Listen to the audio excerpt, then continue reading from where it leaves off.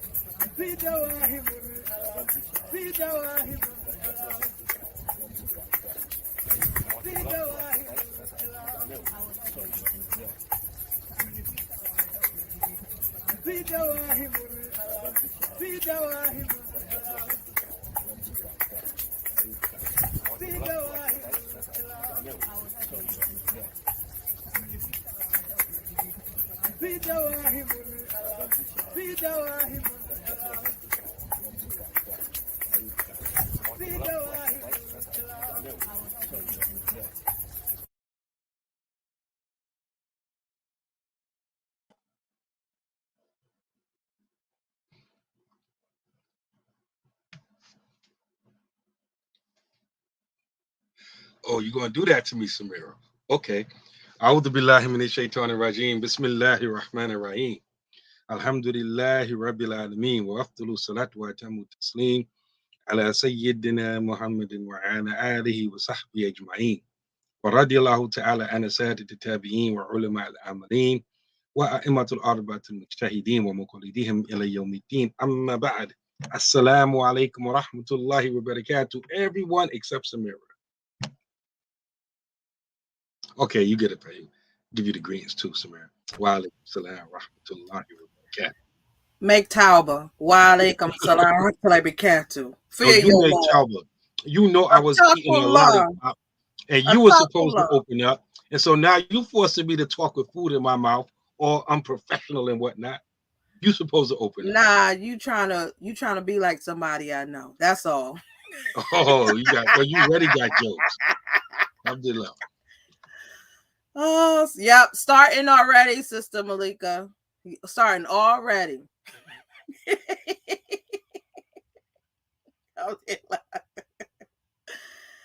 Alhamdulillah. Wa alaikum assalam wa barakatuh, family. Welcome, welcome, welcome, Brother Talib, our Brother Zakaria, Brother Sidi, brother, Sister Malika. I apologize. Sister Fatima. Let's see here. Sister Amina, Zaneida, Miriam, Imamu, and our brother Abdul-Bar, alhamdulillah. And our sister Khadija, she's coming up. She ready. She ready to come on. But before we start, alhamdulillah, I just want to thank everyone for their support for this platform.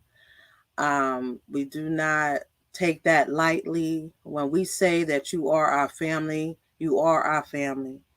And we take that very seriously because we are living in a time that families are, there's war against families. There's outright, it's nothing subtle about it. It's not covert. There's an all-out assault on our families. And this war, they attack the weakest amongst our family. That's the children, the women, and sometimes the men. The men can be the weakest link. So please recognize that. And so that's why we have programs like these. That's why we have our family with 3453. We have our family, the Kuba School in Camden. You know, that's why we have the Black Imams Roundtable, because we recognize this, that our family, our ummah, is under attack. We at war, and it's coming on all sides. And sometimes you don't even recognize who the enemies are because they're the ones that you least expected, right? And the Imam, you know, he gave a beautiful khutbah last Friday about, you know, your wives and your children are your enemies. And not just wives, it could be your husband too, right? And we think that, you know, some people are above the law. And I'm not talking about the law of the land. I'm talking about Allah's law. And so we will these, you know, assault on others, and we call it Islam. If you paid attention to class yesterday, talking about having fear, right? Part of tasawwuf, right? It talks about that chapter, the Shehu Male Envelopment Mercy Amin spoke about, you know, this person that had knowledge, right? It was a gift that Allah gave them. They wasn't a prophet, but Allah bestowed on them a gift. And that gift obviously was only supposed to be used for good. And he used it for evil. And because the evil, the result of him using that gift that Allah gave him turned into a catastrophe. It was the type of evil that is the most prevalent right now, zina, right? You know, illegal sex, meaning marriage hasn't taken place. And so a plague came from that. Allah sent the plague on these people, and thousands of people died, right? Because this person who had a gift that Allah bestowed on them, which they should have used for good, but instead they use it for evil. And then compounded on top of that, Hasid came into play. And you got to be careful with Hasid. Allah got a whole surah about that, right? You know, you seek refuge in Allah from the envier when he envies. Allah specified that. So the envy of a person is dangerous. We have to, make sure we protect ourselves. And so a lot of our families are under attack because people envy our families. They themselves, families is tore up. They themselves, their families is not really families. You got people that call themselves married and they're not really married. So that means they're committing fornication and living like they're married. You got brothers and sisters that don't even take the deen seriously and just have illicit sex. They don't even get married, but they call themselves a family. That's not a family. That's not what Allah intended. So I just wanted to point that out because we don't take this lightly. And this platform is to promote marriage, but really it's to promote community, healthy communities, healthy marriages, healthy relationships within the community and families, wives and husbands, children and, parents and amongst each other. That's what we promote to the best of our ability. And, may Allah give us success in that, to promote that, because none of our families are perfect. Some of us have families that, that we need to work on, that we are working on. And may Allah give us success to, bring about good and success in that, meaning bringing our loved ones, bringing our children, bringing our spouses back to the deen of Islam, and die on that. That's the goal, to die on La ilaha illallah, Muhammad Rasulullah, with the correct belief in Allah, So I just wanted to start with that. I'm sorry for that long khutbah before the khutbah. And Juma Mubarak. So let's see who came into the room. Let's see here. Brother Isa, wa alaikum salam wa rahmatullahi barakatuh. Abdul Haq, Fatima, Brother Abdul Rahim, Sister Jackie. Thank you for joining us. Alhamdulillah. So did you want to say anything before we start? No, ma'am. Okay, alhamdulillah. So we're going to bring our beautiful sister, my sunshine. Assalamu alaikum wa rahmatullahi wa barakatuh. Wa alaikum salam wa rahmatullahi wa barakatuh. Alhamdulillah wa anti. Alhamdulillah. I'm good. Good to see you. It's good. Everybody been busy. Everybody been busy. Since I came back, I've been, subhanAllah, 10 toes down, fingers, toenails, whatever little nails I got. Listen. I can't stop. I'm just, it's been a lot. It's been a lot going on. Subhanallah. Thank you for joining us. Alhamdulillah. We really appreciate your input in particular, because you were the heart of this trip. And that wasn't orchestrated, that wasn't like on purpose, but you were the heart. And before this trip started, just the way you started, not even start, but before the trip, you made intentions. You like, sis, when I get on this trip, I'm not going to reveal what you said, but can I do this, that, and the other? I need to do this while I'm on this trip, right? And so you could see that had manifest in the trip, like, subhanAllah, right? So we would like to hear, let the audience hear, your experiences regarding the trip, and, what it meant for you, and, why others should join and, experience the things that you experience, inshallah. Inshallah. I don't know the long one, but I just know La ilaha illahu, La ilaha illahu, La ilaha illahu wahdahu la sharika lahu, lahul mulku wa lahul hamdu wa huwa ala kulli shay'in qadir. Allahumma salli ala Sayyidina Muhammadin abdika wa rasulika nabiyil ummi wa alihi wa sahbihi wa sallam. La ilaha illa anta subhanaka inni kuntum min adh-dhalimin. Ameen. Bismillah. I'm so glad you guys are, that you're allowing us the space to be able to talk about it, because before embarking on the trip, wallahi, I had asked Allah to invite me somewhere so that I can rediscover myself, because we have our fitra when we're born, and it starts to kind of go to the back, as we get older, as we have experiences. And so, sunshine, I asked Allah to just, give me an invitation somewhere where I can just revisit it, and I can rejuvenate it and recalibrate, so that I can come back and make sense of things. And so the trip came about. Alhamdulillah. And I asked Allah, I said, if it's for me to go, then make everything easy for me. And so my supervisor, I work for a nonprofit, and my supervisor saw that I had posted it. And so she was like, okay. And so she helped me. She helped me go. And alhamdulillah, bi'ithnillah.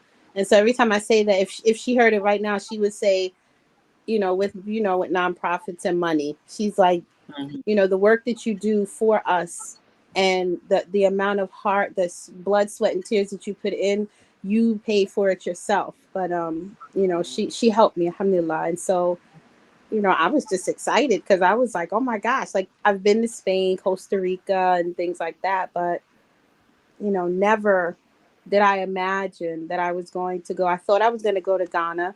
Then they started talking about the immunizations, and I was like, eh.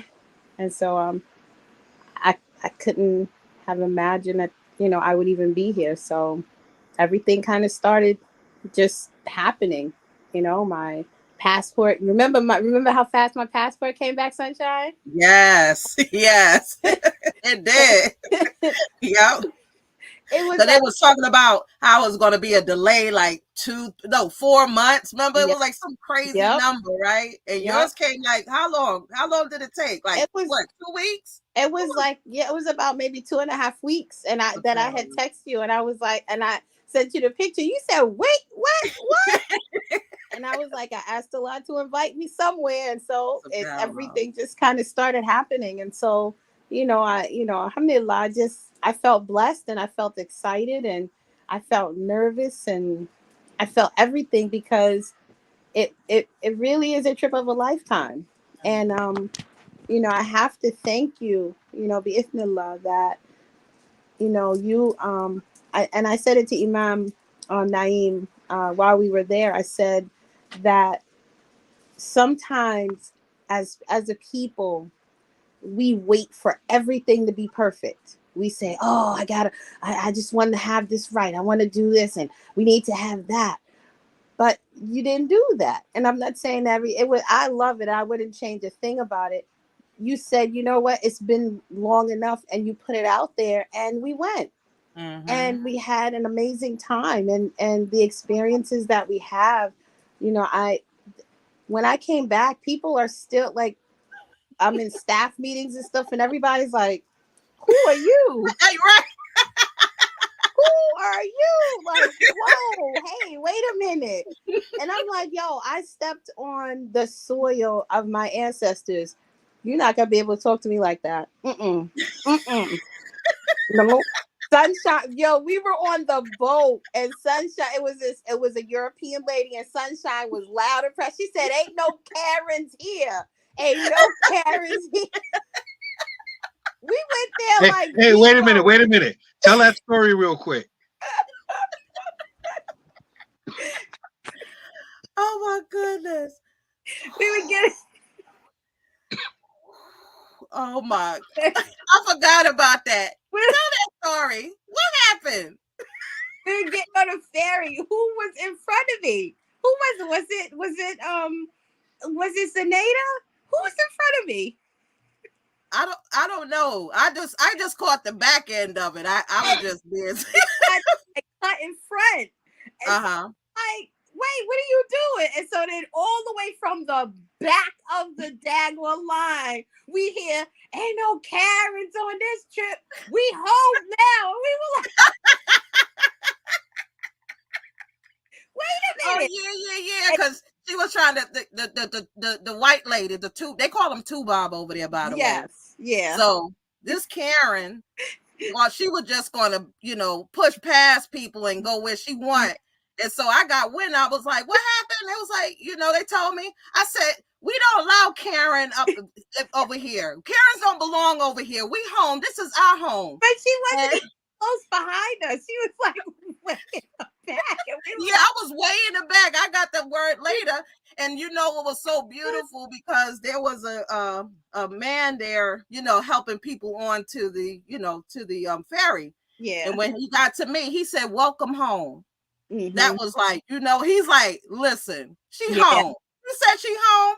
Let me welcome this sister because, we came unapologetic. You understand? We came as Muslims. You understand? We did. And so we showed our behind in a good way that we're Muslim. Like, you understand the Muslim side of it. Yeah. And that really like touched a lot of people because they're like, you Muslim? You come back here? And well, I don't want to give everything away, but we don't allow Karens. Listen, when you go to the motherland and you see them two Bob cut up, call them out. You should call them out here in the United States, but especially over there, no, they should have no wiggle room to bring their Karen and their Kenneth out or whatever. Don't allow them to be comfortable over there. Yeah, she was right. Yeah, she was trying to get up front with her friend. She was like, no, my friend's right there. We were like, okay, we all getting on the boat. And then that was when she said, we don't have no Karens on. And then when we got on the ferry, we was on top.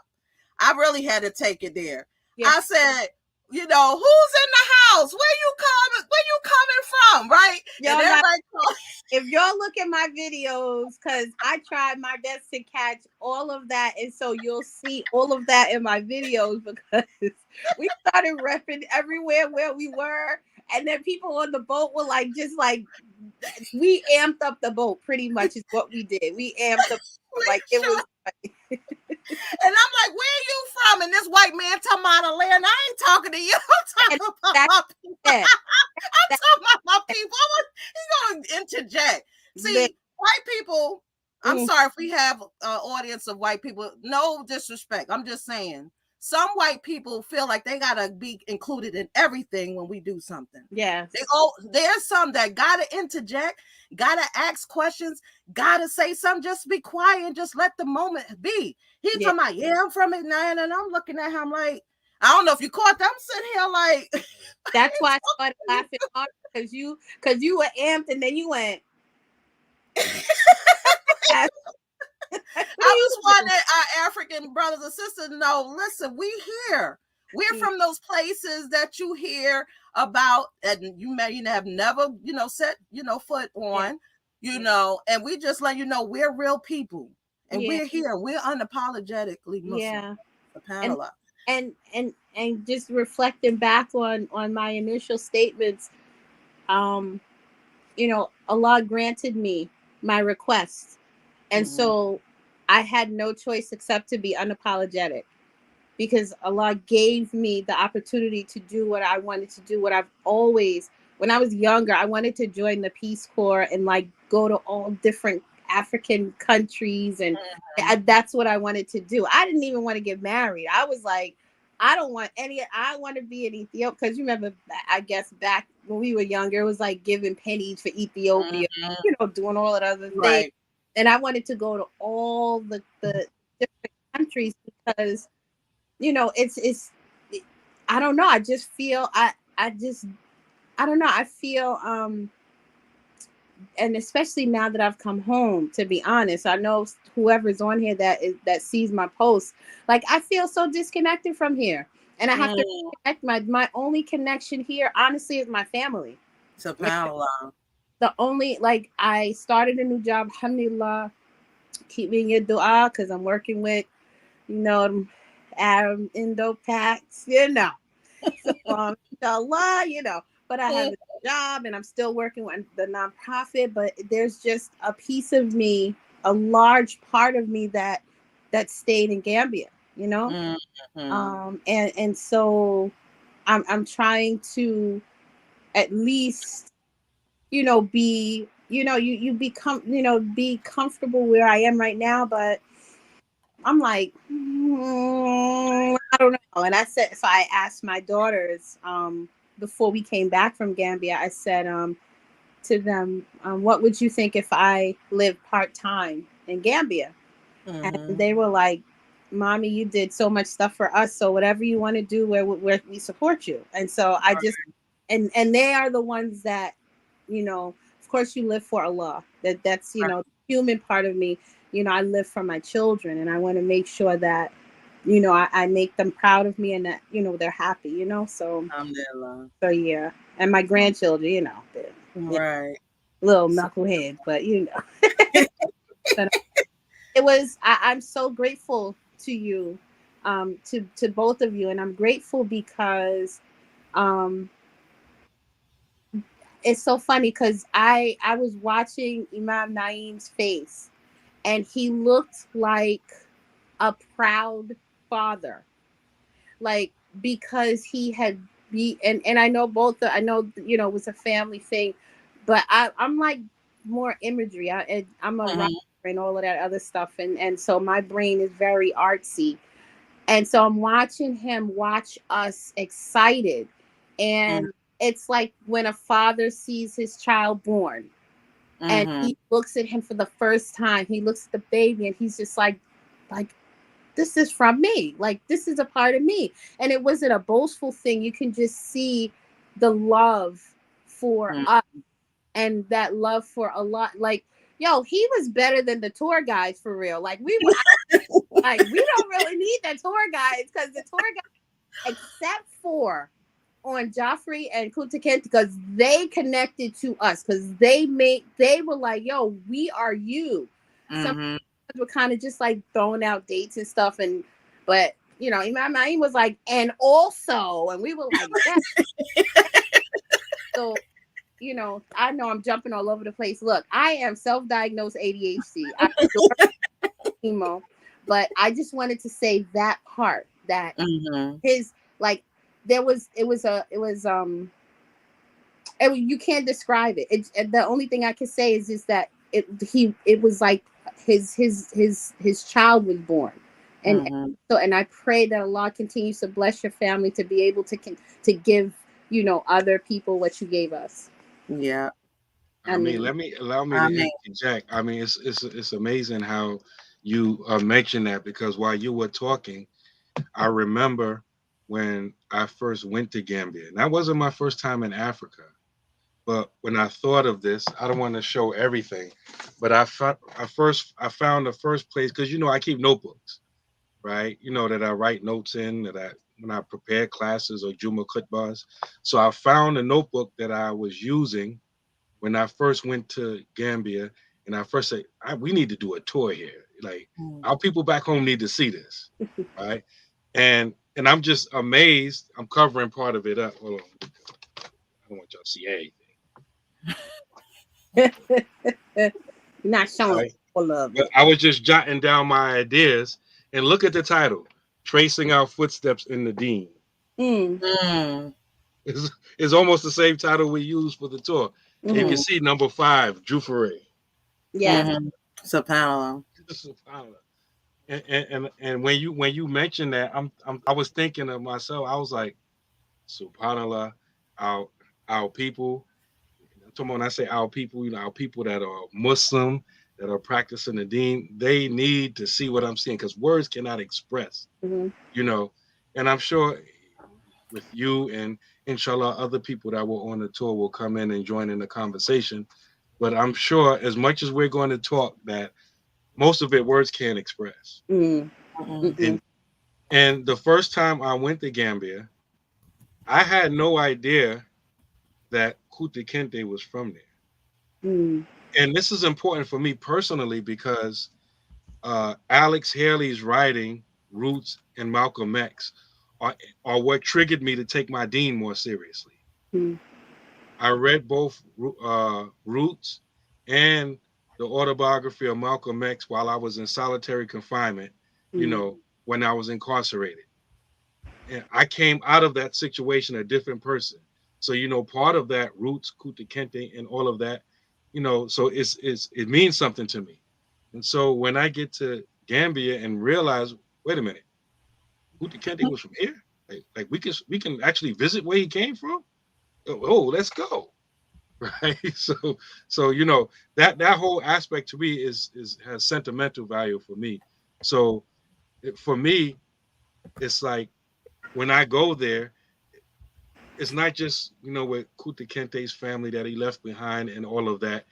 To me, I'm like it's one thing, like when you're sitting in a prison cell, I forgot how small them cells are, 6x9 or something like that. You sitting in a cell and you're reading a book, you know, yeah, with me, when I read a book, especially that's one that's written as well as that, I'm absorbed in the book and I'm wherever the book has me. So when I was reading Roots, I was in Jufere and I didn't know what Jufere looked like. I just had some imagination in my head.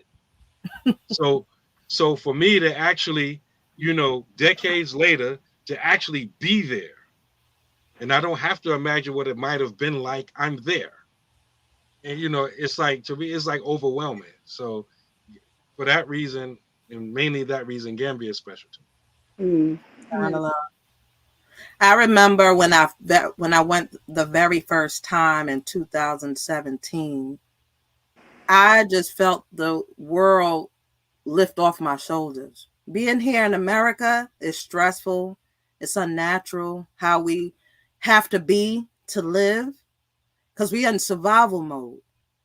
But once I went over there, those worries just lift off of me. Now, don't get me wrong. They got their issues, right? Crime is everywhere. But it's not that same stress that you feel while being over here. And you're not going to be able to comprehend that until you have experienced this trip, until you have left here and go over there. There's people here amongst our people that haven't left their block, their neighborhood. They can't even fathom leaving their area to go somewhere else. And they'll look at you crazy, like, you crazy, like you travel, like you have to, because you know what it does? It opens your mind. It gives you a different perspective on things. Because when you look at the same thing over and over and over, that's all you think exists. You don't even fathom that there's other people out there that looks like you, that have the same beliefs as you. You understand? Like our brother El Hajj Malik Shabazz, may Allah have mercy on him. When he went on Hajj, he was just amazed to see white people with blue eyes going around the Kaaba that are Muslim praying to Allah. Like that.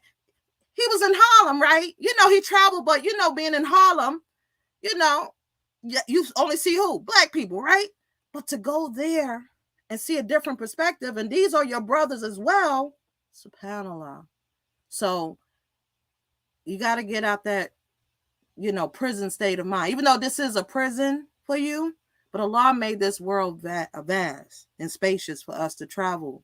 Don't limit yourself, because that's what get us caught up. That's what keeps us in a slave mentality. That's what get us caught up in cults. A lot of our people get caught up in cults because we haven't been shown anything else. We're told this is it. Just follow this and you'll be saved, right? And you follow that and you find yourself in all kind of nonsense because you following that person, that personality, their ideology, whatever they got going on, have nothing to do with the deen. And so when you travel and you see other people believe like you do, it just opens you up and you feel like I'm not by myself. I'm not alone in this. That's what gives you strength, to know that there's somebody else out there just like you. And it's amazing. And I hope, the other tour members join us, and you can join us, via audio. You don't have to come on camera, but it's just, subhanAllah. It's just, you can't put into words. You have to experience. You gotta go through the experience. so that you can understand when people are talking to you about Islam, like Imam Amin, for instance. He talked about how you can trace the deen globally, right? And in the time period, right? If you know the people, the scholars and such, in each time and location, and they all believe the same, and it goes back to it's not uncommon. It's not something like, whoa, where'd that come from? That's just how it is. But when you have the enemies of Islam that wants to keep certain information from you, sometimes it's knowingly, sometimes it's unknowingly, and then you find out about this information, it's hard to swallow because you've relied on certain information for so long. It's like, it's hard to say I was wrong or I followed the wrong thing. I'm too old to relearn this. Like, it is what it is. And it reminds me of your class today about hope. What's the word? Raja, right? Raja, right? Hope. False hope, right? Having false hope. I'm talking about. No, that's hope. But the opposite of that, having false hope. Yes, Allah's most merciful, but you have a responsibility to learn. And sometimes in learning, you realize there's certain things that you got to throw in the trash, right? There's certain things you got to pick up. It's never a time that you're not learning and not developing and not growing. We like stomp. We're tricked to be stumped. Like, there's nothing else to learn. There's nothing else to look forward to or anything like that. And so that's why our iman is so low, because we don't have hope as we should, that we was talking about today. Hope, knowing that, Allah is who he is and who we can rely on, and that, that's where you should place your trust, right? So, subhanAllah. And this is not just going to Africa, any Muslim country, any places that you find, the knowers of Allah, you'll have a different perspective on life. And those that have not traveled will not understand. But if they're empathetic and they want to try to understand, they'll say, I see where you're coming from, but it's hard for me to fathom. But I understand where you're coming from. But it's not the same with experience. Man, I don't know, over the last few years, I think since 2016, there's been at least 2 different occasions on Facebook where I made a public post asking, I'm thinking about organizing a tour to Gambia. Who would be interested? Mm-hmm. And I've always gotten overwhelming responses. And then we would try to organize the tour, but we're busy, so it always gets pushed to the back burner. And when most of our communities is usually a handful of people doing everything, so we just get busy. So alhamdulillah, we asked our family, Zakaria and Zaneda, to assist us. And subhanAllah, they came through. They gave me energy. Yeah. And that's why all throughout the tour, when all of you would express your appreciation, I would many times deflect and include them on it, because if it was just us, it probably would have got put on the shelf again. What made that so special, I have to put it out there, and Sister Khadija, they were our family before we even thought about doing the tour. Like, they were, they were loyal to this platforms and the platform that Imam Naeem, had regarding the classes. They came faithfully. So they established a rapport, and that's important. That is so important. Some, establish, relationships without knowing us and things like that. But through the platform, you develop a rapport, and you like, oh, they sound, like somebody I would, kick it with, and things like that. Like Sister Sajda, right? We didn't know her from a can of paint, right? She didn't know us from a can of paint, but she took the trip with us, right? So it is not about just knowing somebody intimately. It's just something that makes it click, that makes you click, that makes you say, you know what, because we've been so conditioned not to trust one another. We've been conditioned to just automatic. You look like me, you're not to be trusted. That's how bad it is. You look like me, you're not to be trusted off the bat. And so every night, subhanAllah, this was beautiful. Every evening, I think every evening we had a dars. We called it a dars, right? And that was like a meeting after the day. Everybody express what they like about the day, didn't like about it, and things like that, what could improve. And so that there's the word I want to say, it missed my debriefing. Debriefing, right? We debrief every evening, right? That's what families supposed to do in your own home. Debrief, have dinner together. Ask the children how was their day. The husband asking about his wife, what she do today, whether she work or not. Same thing with the wife, inquiring about her husband day. We don't do that enough, but we did that on this trip, and that's one of the things that kept us together.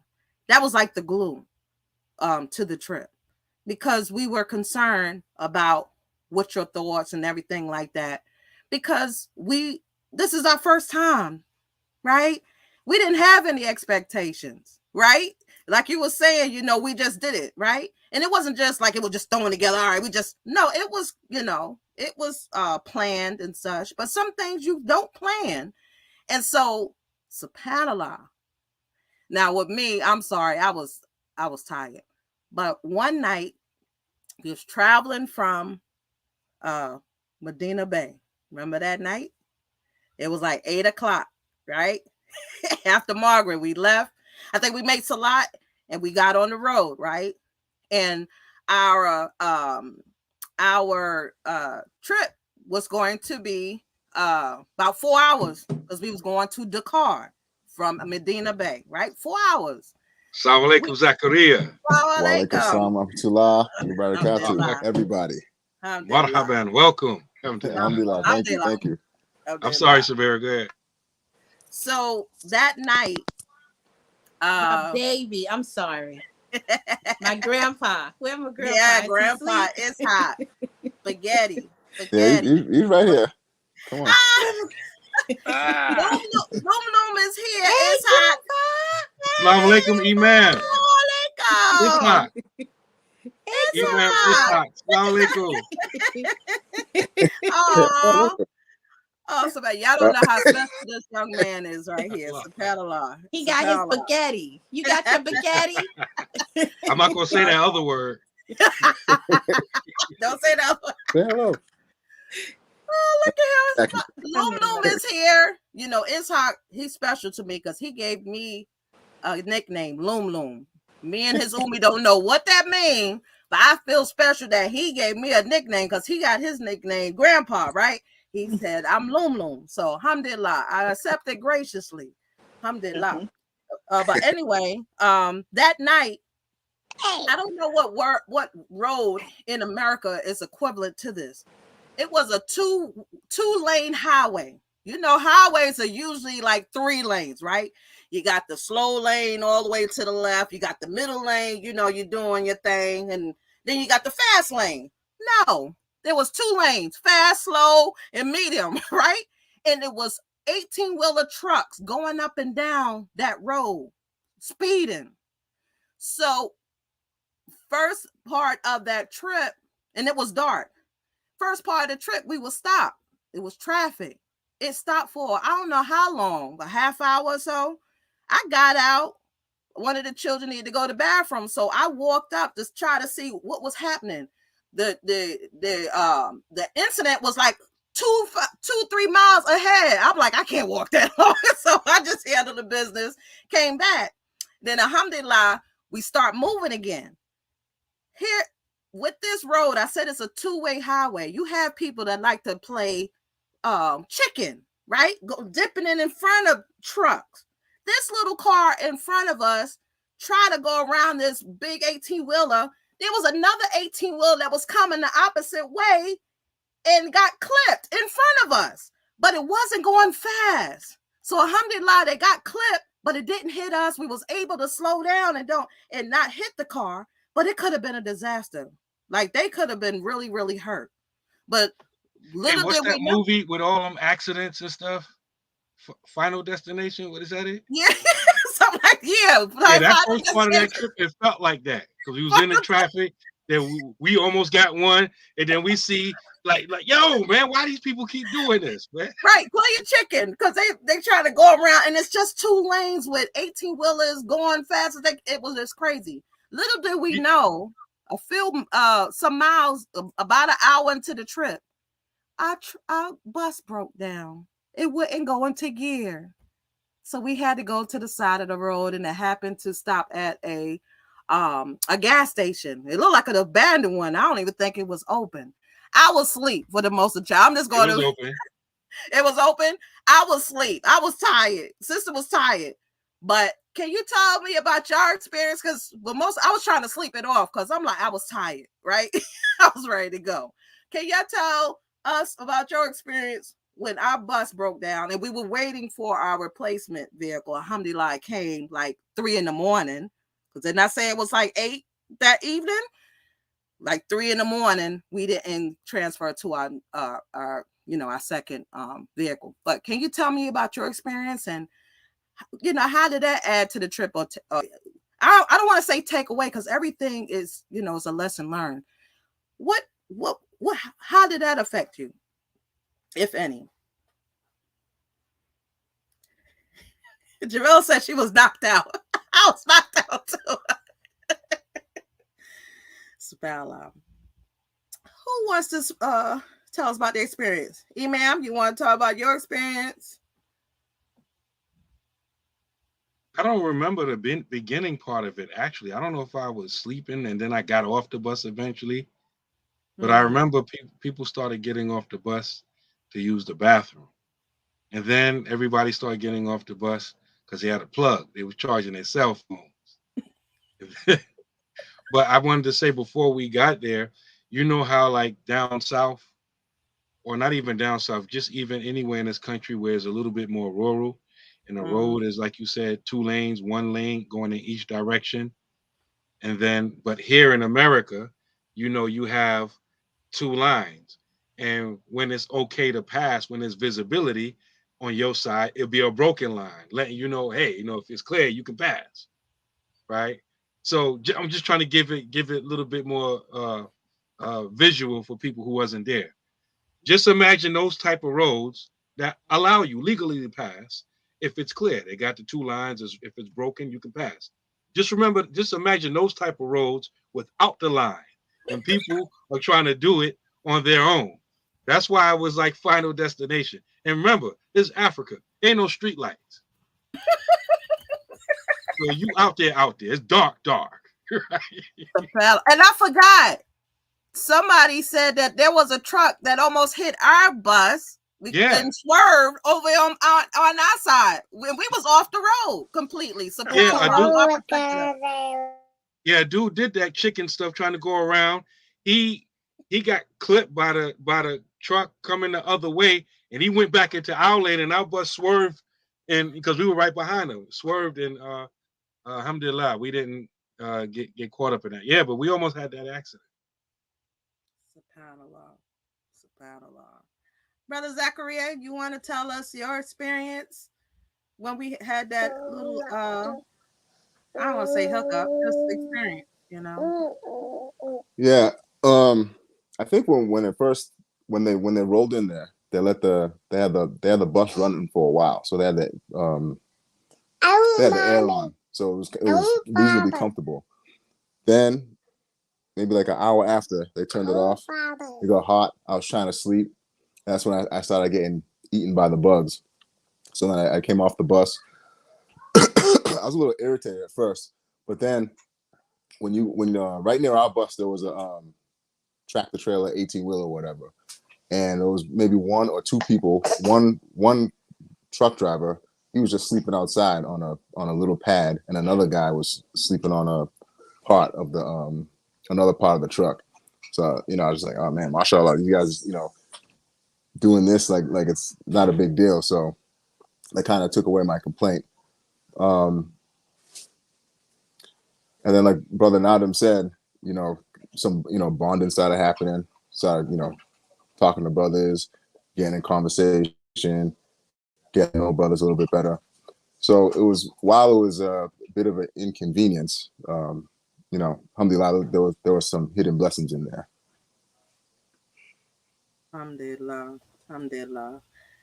As one of the organizers, I think when it first happened, I think in my mind I was like, all right, this is the test. This is where the complaint's going to be. People are going to get agitated. It's going to be a problem. But it was none of that. I don't think I heard one complaint after all of that. Still, yet, I don't think I've heard one complaint from anyone. Alhamdulillah. Abdul Bar, you need to come on in. You and Nadam, Hassan Ali, y'all need to come into the room. Here's a link. Y'all don't have to come on the camera, but the audience would like to hear your perspective. Abdul Bar say, eternal optimism. Allah delayed us for a reason. We grew and got tighter.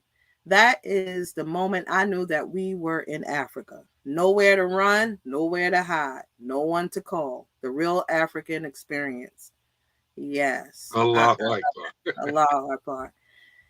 And subhanAllah, like, if you came, like, before before the tour commenced, we put it out there, like, if you come in with that bougie mindset, like everything is gonna be like a certain way, like this gonna be Club Med, Poconos, whatever. This is not the trip for you. We said you're gonna be living among the locals, and we did we lie? No. Nope. No.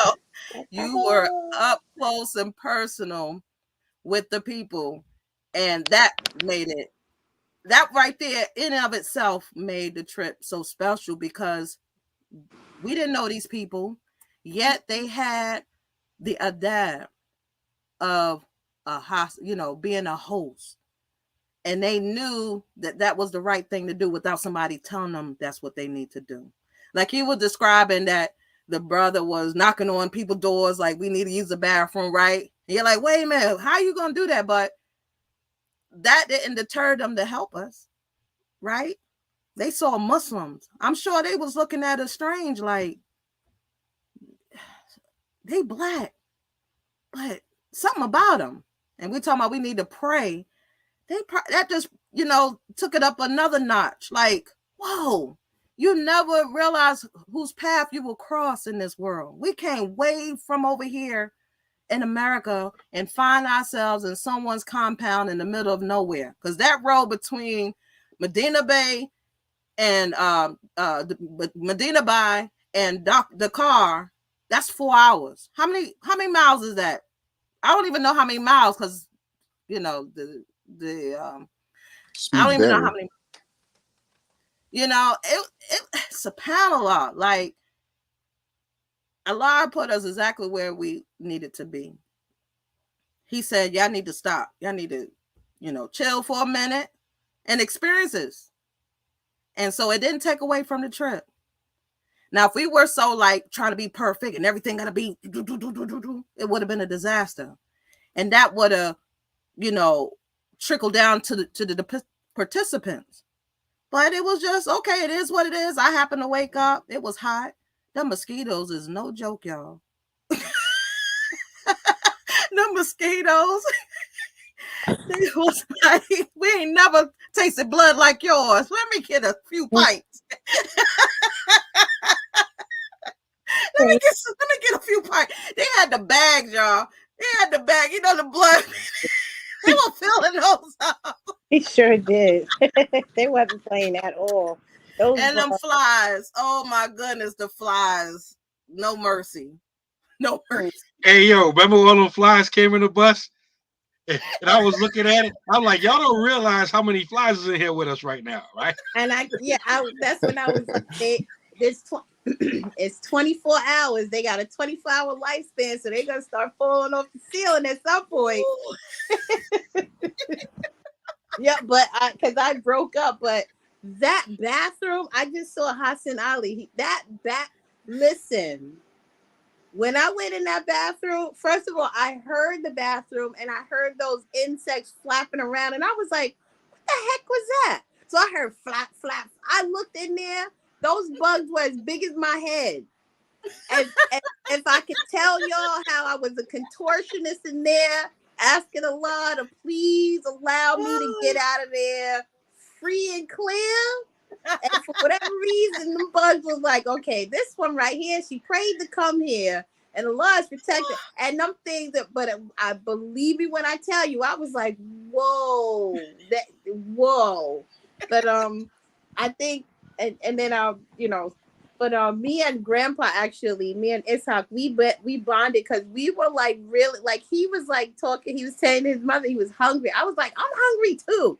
So I went on the bus and we got mangoes, and he and I were eating mangoes.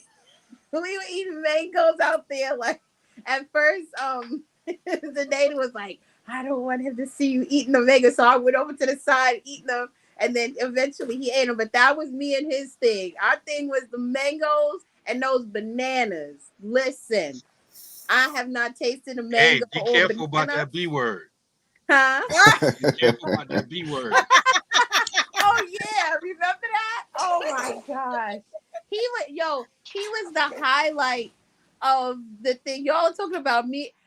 It's even in his sickness, and shout out to everybody who made dua for him. Like that was it was so amazing how even in boxing people were making dua for him, mashallah. and it just showed like really that even though we don't see each other, that we're really a family, and that Islam really is our connector. And so but that it was when he was sick, I was like, oh, this is not fun. Like there's nothing, like what are we doing? Like I mean, y'all are cool, but I need to hear the cry. And when he cries, it is this funny thing he did. He's like, he'll say something and he goes, ee, ee. And I was like, he's not doing that. I can't function. He just had me thinking of the ABCs. I kept saying A, B, C, D, E. So yeah, that was that. Alhamdulillah, may Allah bless, our brother Zakaria and sister Zaneda, because for anything, I just know that when there were a couple of things that were happening, you could see that they were kind of like, dang, this is our end of it. But I kept saying, y'all, you're doing good. There was encouraging. There were some things that were just out of our control, and alhamdulillah, I kept saying it, that it was family on this voyage, and that we understood, even though like Brother Zakaria said, there were times where you get frustrated a little bit, but that it's human nature. But overall, we were family, and we knew that stuff was gonna happen, and so it was the food. My favorite food is food. So every time we embarked on somebody's food, and the fact that, like, remember we had to use somebody's bathroom or something like that, and I think it was a tour guide's wife came and brought food. Like, it was just amazing. We could just go to somebody's house and they were like, oh yeah, come on, make salad. And and like it was like everything about it, to me, whatever, even in the shortcoming, I wouldn't change anything. I wouldn't change anything. No. It made us tighter. Like no other group is going to be like this group, because we were the first ones, going through all the things that we went through. And it just that's what happens. You know what I mean? Brother Zakaria, how was your initial?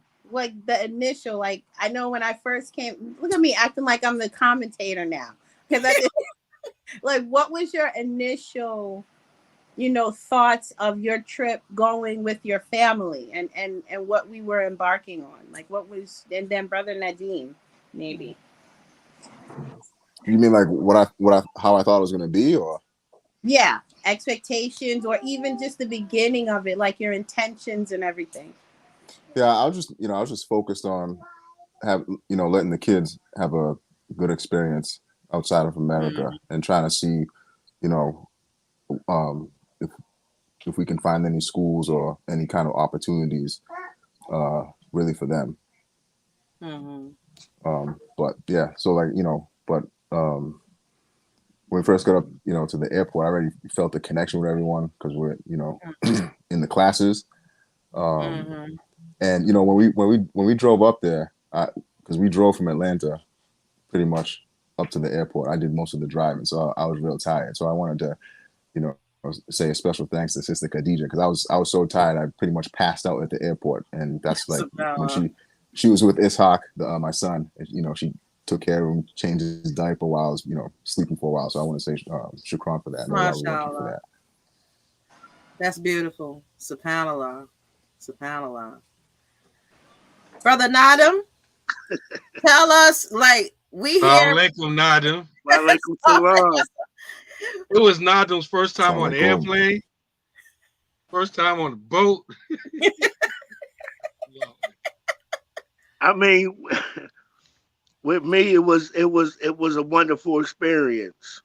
Just like just seeing the people in the classes and then seeing them in person, and like I felt like I say I was around family. And I appreciate everything everybody did for me when I was there. MashaAllah.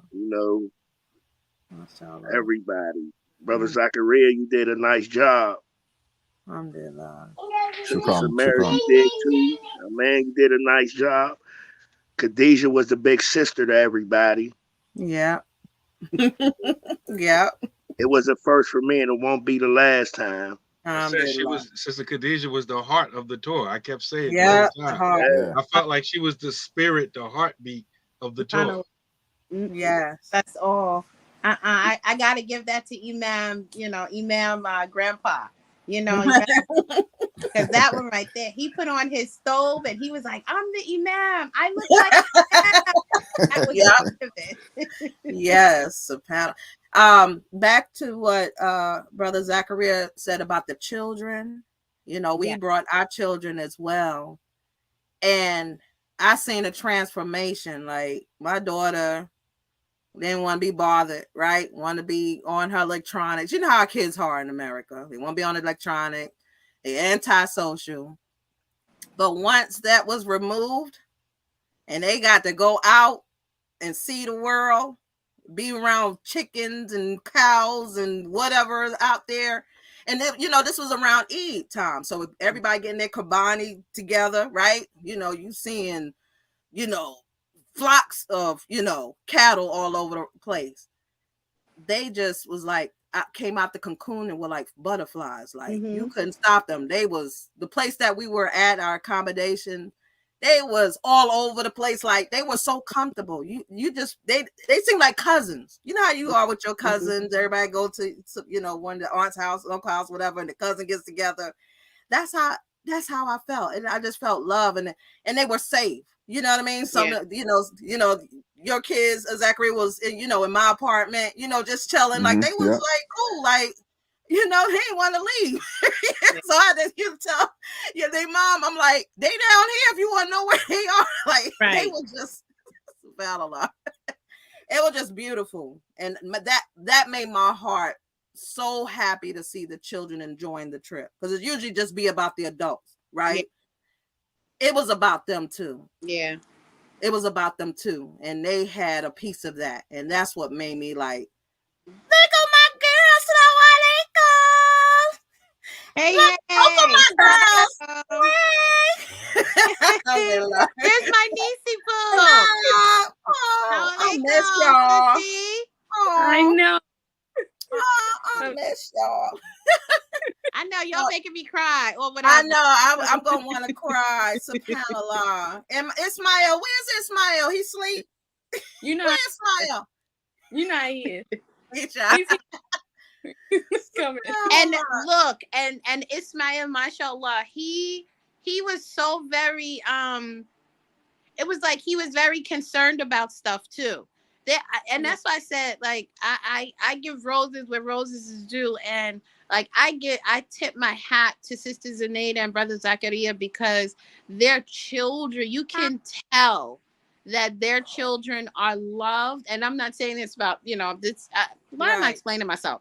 You can tell that their children are loved, and you can tell that they understand what loving each other means. Right. And it, like, the whole time, like, even like if something was happened to one of the brothers, like their big sister, she was like, nope, what we're not gonna do is, and I'm just watching like, oh my goodness, like, this is so dope.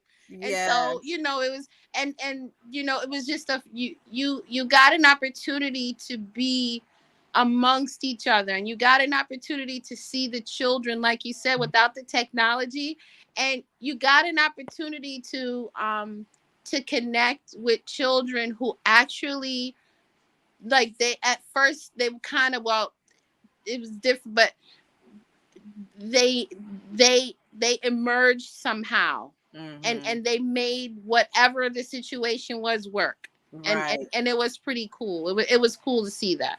SubhanAllah. Yes. I have so many pictures of them just like playing, and just a big, it's not just a little smirk. They were cheesing from ear to ear just to be out there and free. And it's like, oh man, this is short-lived. Mm-hmm. So, Sister Khadija, as far as like, I want to go back.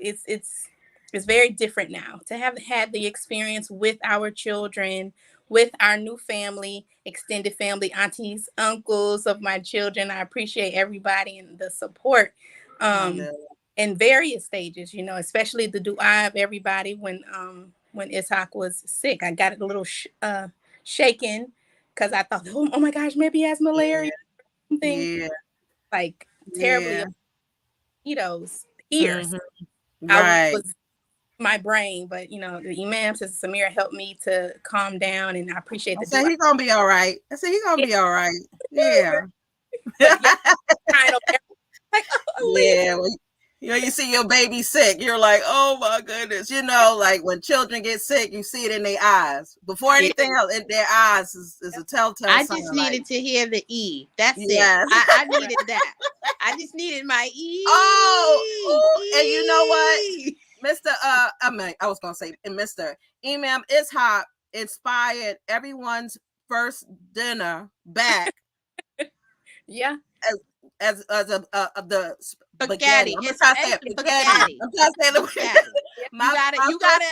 He uses a calcula. His B is, it says a calcula in there. It's like, but I can't do it. Spaghetti. Where he says Baba, where he says spaghetti, it's like this calcula. It's like a bounce echo thing that he does with his mouth when he says his B.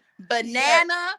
Baba, spaghetti. It's like, I had to have the spaghetti when I got back. I called my daughter. I said, "Give me some ground beef. Give me some, some tomato paste. Give me the noodles. Make sure you have that." She had that on standby, and that was our meal tonight. Tonight, that's exactly what I made. No lie, lie. I made that tonight. Oh, you actually planned that? I didn't even plan it. I was like, "Dang, I want some spaghetti." I'm talking about Samira, because we did have spaghetti when we came back. Yes, when we came back and you saw them big old, meatballs, and it was nicely made. Yes, yeah, you made it like you ain't never made it before either. Yeah, I gotta thank Imam Ishaq for that. Yes. Because he wanted his spaghetti. He wanted that spaghetti. Habiba said she still ain't get her spaghetti. Oh. We have to get on the plane. How does he say airplane? Aeroplane or something, and get your plane. You have to say aeroplane. SubhanAllah. Habiba, we need you on here. We would love your commentary. Alhamdulillah. This is another one. Like she made the trip. Habiba. Like, Habiba was everybody made a trip. Yeah, everybody had a part. Like, yeah, she was my voice of reason. She really was. Like, even with stuff that we were talking about, because we were roommates, so we had our own rooms, but we had an apartment, and just things. She's old enough to be my daughter, because it was funny because we were talking. I said, "Yeah, you're old enough to be my daughter," and it was just like she was like a calm inside of my storm sometime, because you go through stuff. It's what you do, and even when her phone got stolen, and I'm gonna say stolen because come on, son, like for real, she was just like, okay. I mean, I didn't forget to get your pictures, Habiba. I'm sorry. I've just been so busy. I've just been trying to send her a little bit. I hope you've been getting it. I had the wrong number. I'm about to send it to the wrong. She gave me the right number. So I hope I'm been sending it to the right number. I haven't finished because I got to go through, through my pictures. But yes, Habiba, subhanAllah. We already had a relationship before the tour. So it just made it better because, we know each other, but we never was personable. And it's different when you're up close, personal, you're living, sleeping, traveling with that person. It just give it another dimension to, the relationship. So the tour enabled us to combine all of those things that Umar ibn al-Khattab radiallahu ta'ala anhu said, that you don't really know a person until you experience those things with them. Work with them. Traveling, sleeping, doing business. What else is another one? Traveling, sleeping, living, business. I think that's it. I think that's it, if I'm not mistaken. Yeah. SubhanAllah. Eating. Oh, here she go. Here she go. Trying so hard not to fight a 2-year-old today. Like, the struggle is real. My sister. My sister. Looks like they got to. Alhamdulillah. So tell us, your, takeaway, like what you bring back and what did you leave back there in the motherland? I consider myself a relatively avid traveler. So when I planned on the Gambia trip, it was a graduation gift to myself when I got my master's this year. So I was really excited. I didn't know what I was expecting because, I didn't know who was going on the trip. But that's not, I do that anyway. I'll go on trips and not know the group and then come back with the family. So alhamdulillah, that's kind of was part of the takeaway is that one of the things I loved is the fact that we might not have known each other at that airport when we're at JFK. But we came back as a family. But in the beginning, I was a little stressed because I have to learn how to not be so anal when I travel. Like, I'm that one who is at the gate 2 hours early just in case security, pulls me to the back or something weird. But we were at, we hadn't even checked in yet, and then it was okay, once we, everyone checks in, we're gonna go to the masala. And I'm like, wait a minute, we only have an hour before we go to the masala. Pray now. So me and a couple people were like, we're not delaying our prayer, we're gonna pray now. So alhamdulillah, we prayed. But I'm in JFK stressed and I'm like, wait a minute now, masala still, go pray. The little raggedy masala is over there, just go do it. And so alhamdulillah, I had to be like, look, they know what they're doing. I'm gonna have to just sit down and keep my mouth shut. But it was really difficult to let go of that level of control because of course you're never in control. And then alhamdulillah, it was a delay anyway, so it was no problem. We were able to get on our plane and be regular. But besides just kind of letting go, the trip was amazing. I wasn't expecting any type of luxury. It was one of those trips where it kind of humbled you. We know that we're not expecting to be in the most how I'm gonna say luxurious accommodations and things like that. The heat was different. You know, we say that we have, you know, heat here, but it ain't like Africa heat, because I think the day we were there, I know I have issues with dehydration sometimes, but I didn't think it was going to be that serious. Bring your water bottle. Like, but plain water wasn't helping. I had to have the little IV water, you know, things where I had to put in my water bottle and drink it back, because I was like, I'm dying out here. I'm seeing spots in the marketplace. Like, drink some water. So, but alhamdulillah, everyone took care of everyone. You know, in the lovely blackouts, those were really humbling experiences. Getting rained on in the bus, that was a lovely experience. Nice, refreshing, cool water. Besides that, I kind of took away, the biggest takeaway was the curiosity of continuous research. And that's kind of what I've been doing since I got back, is trying to find a little bit more research on how I can you know, not waste these wasteful degrees that we have, because I do have a degree in history and African American studies, and my master's in social work, and alhamdulillah, in a couple weeks I'll be starting my PhD program.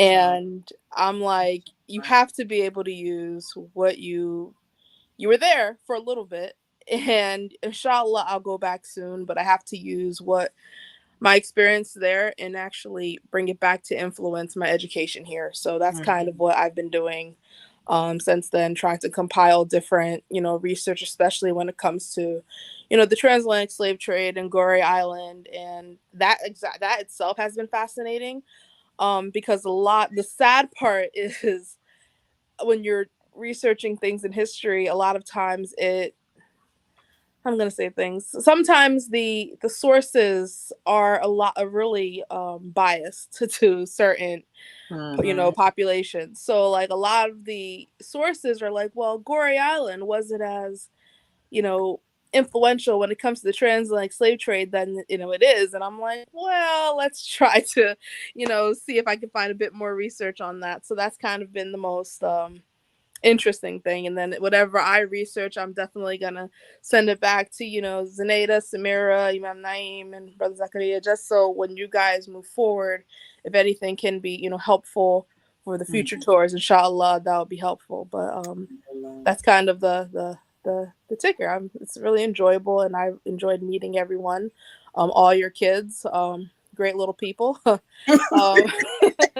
Like, it's one of those things where you really realize that, like, you became the aunties of the group, because it's like, I'm not afraid to discipline anybody's kids respectfully, not like physical discipline, but, you know, verbal discipline. We're not afraid of that. But it was like, okay, we're in the street and we have to, you know, okay, let's start, you know, telling children, you know, you got to act right in the street. You know, I understand your parents are right there, but let's go.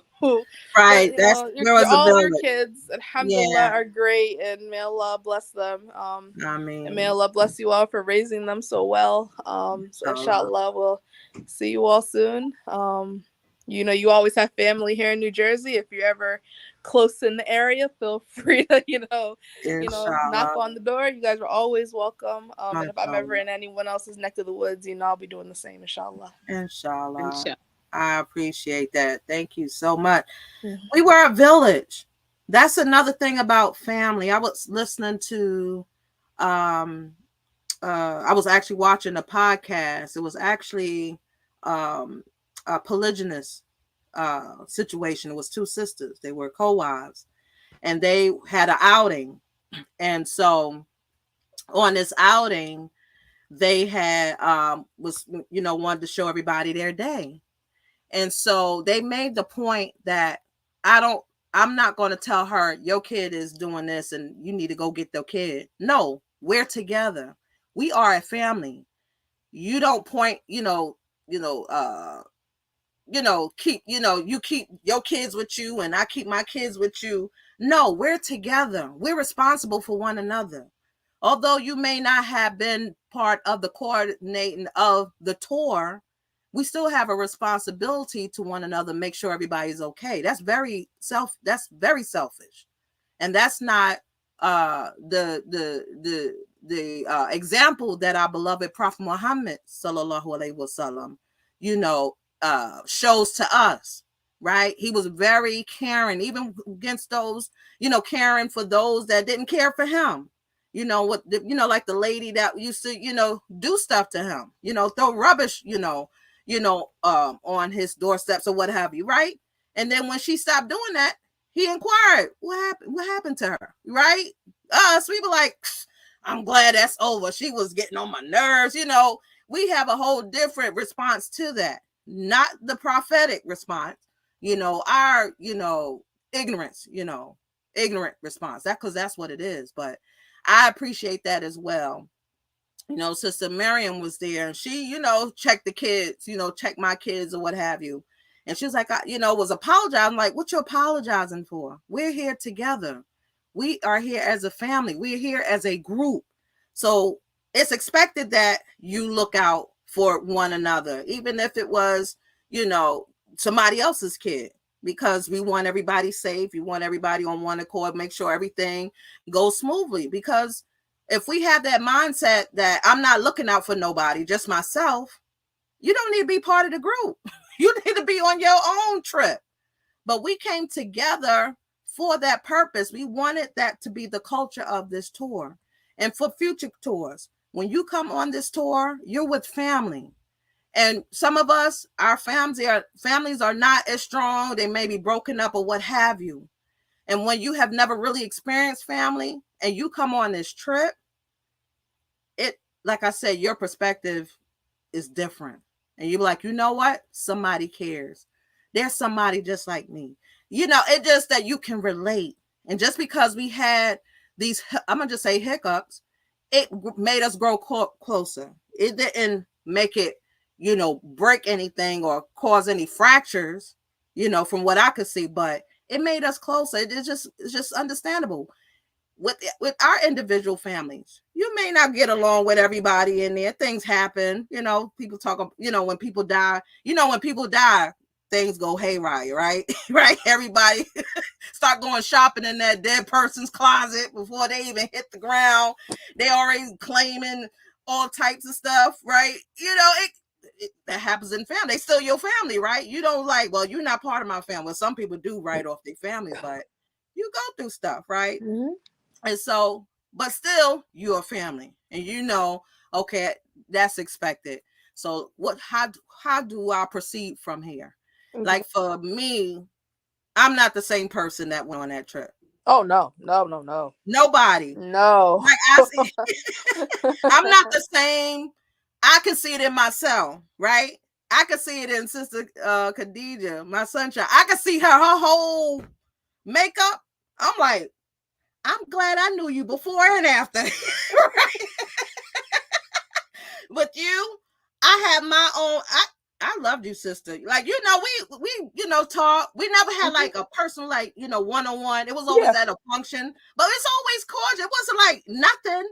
Now I feel closer to you now. Like now when I see you, it's really, something now. You understand? So definitely, like, you gain like those big sister influences that, I know I always say that I just look for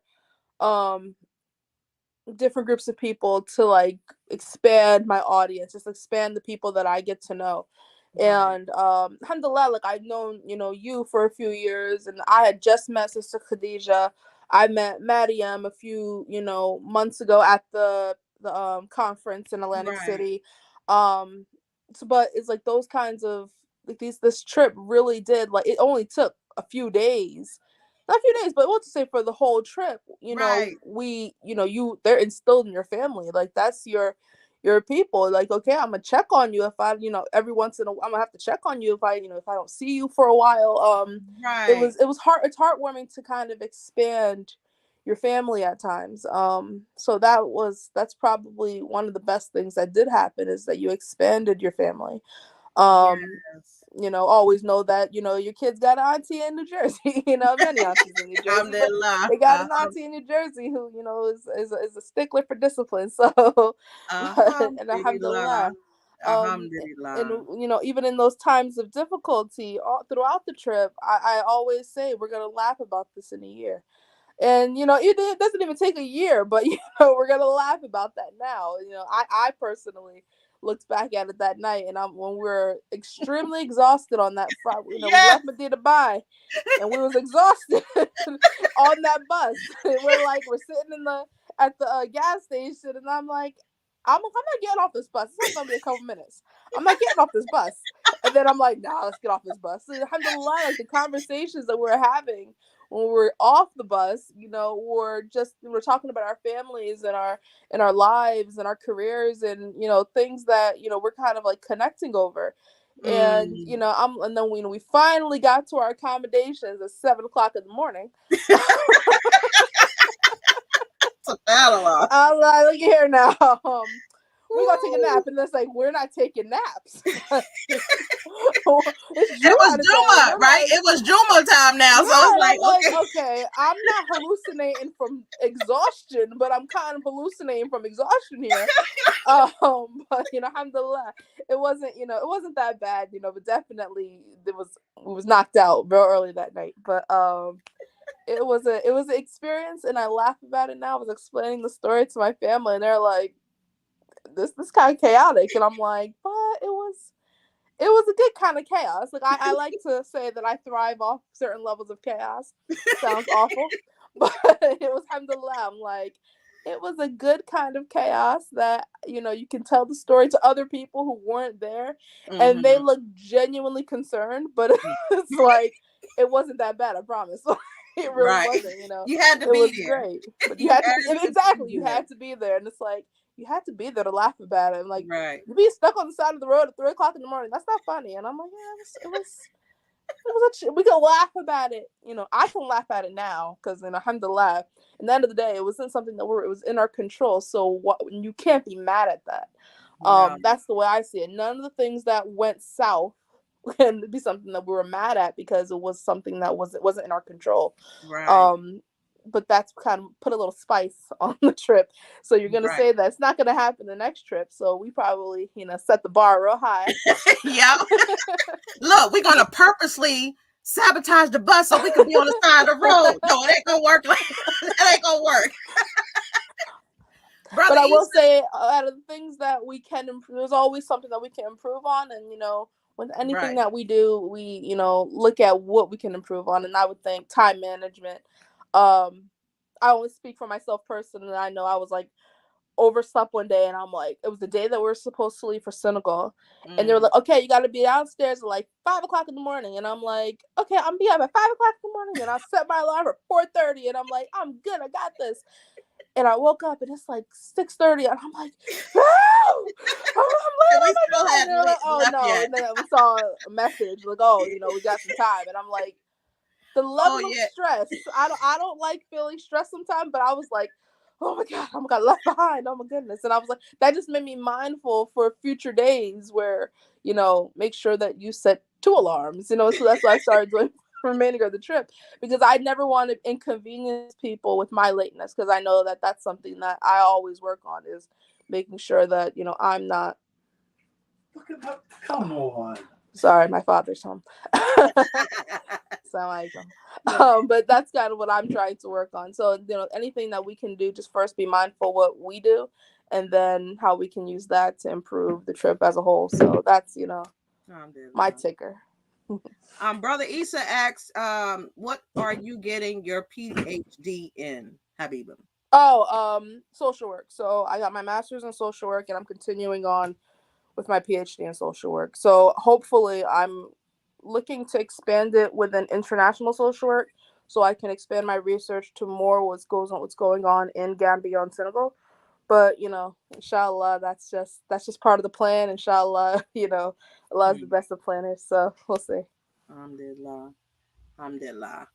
Imam, did you have anything to add to the conversation?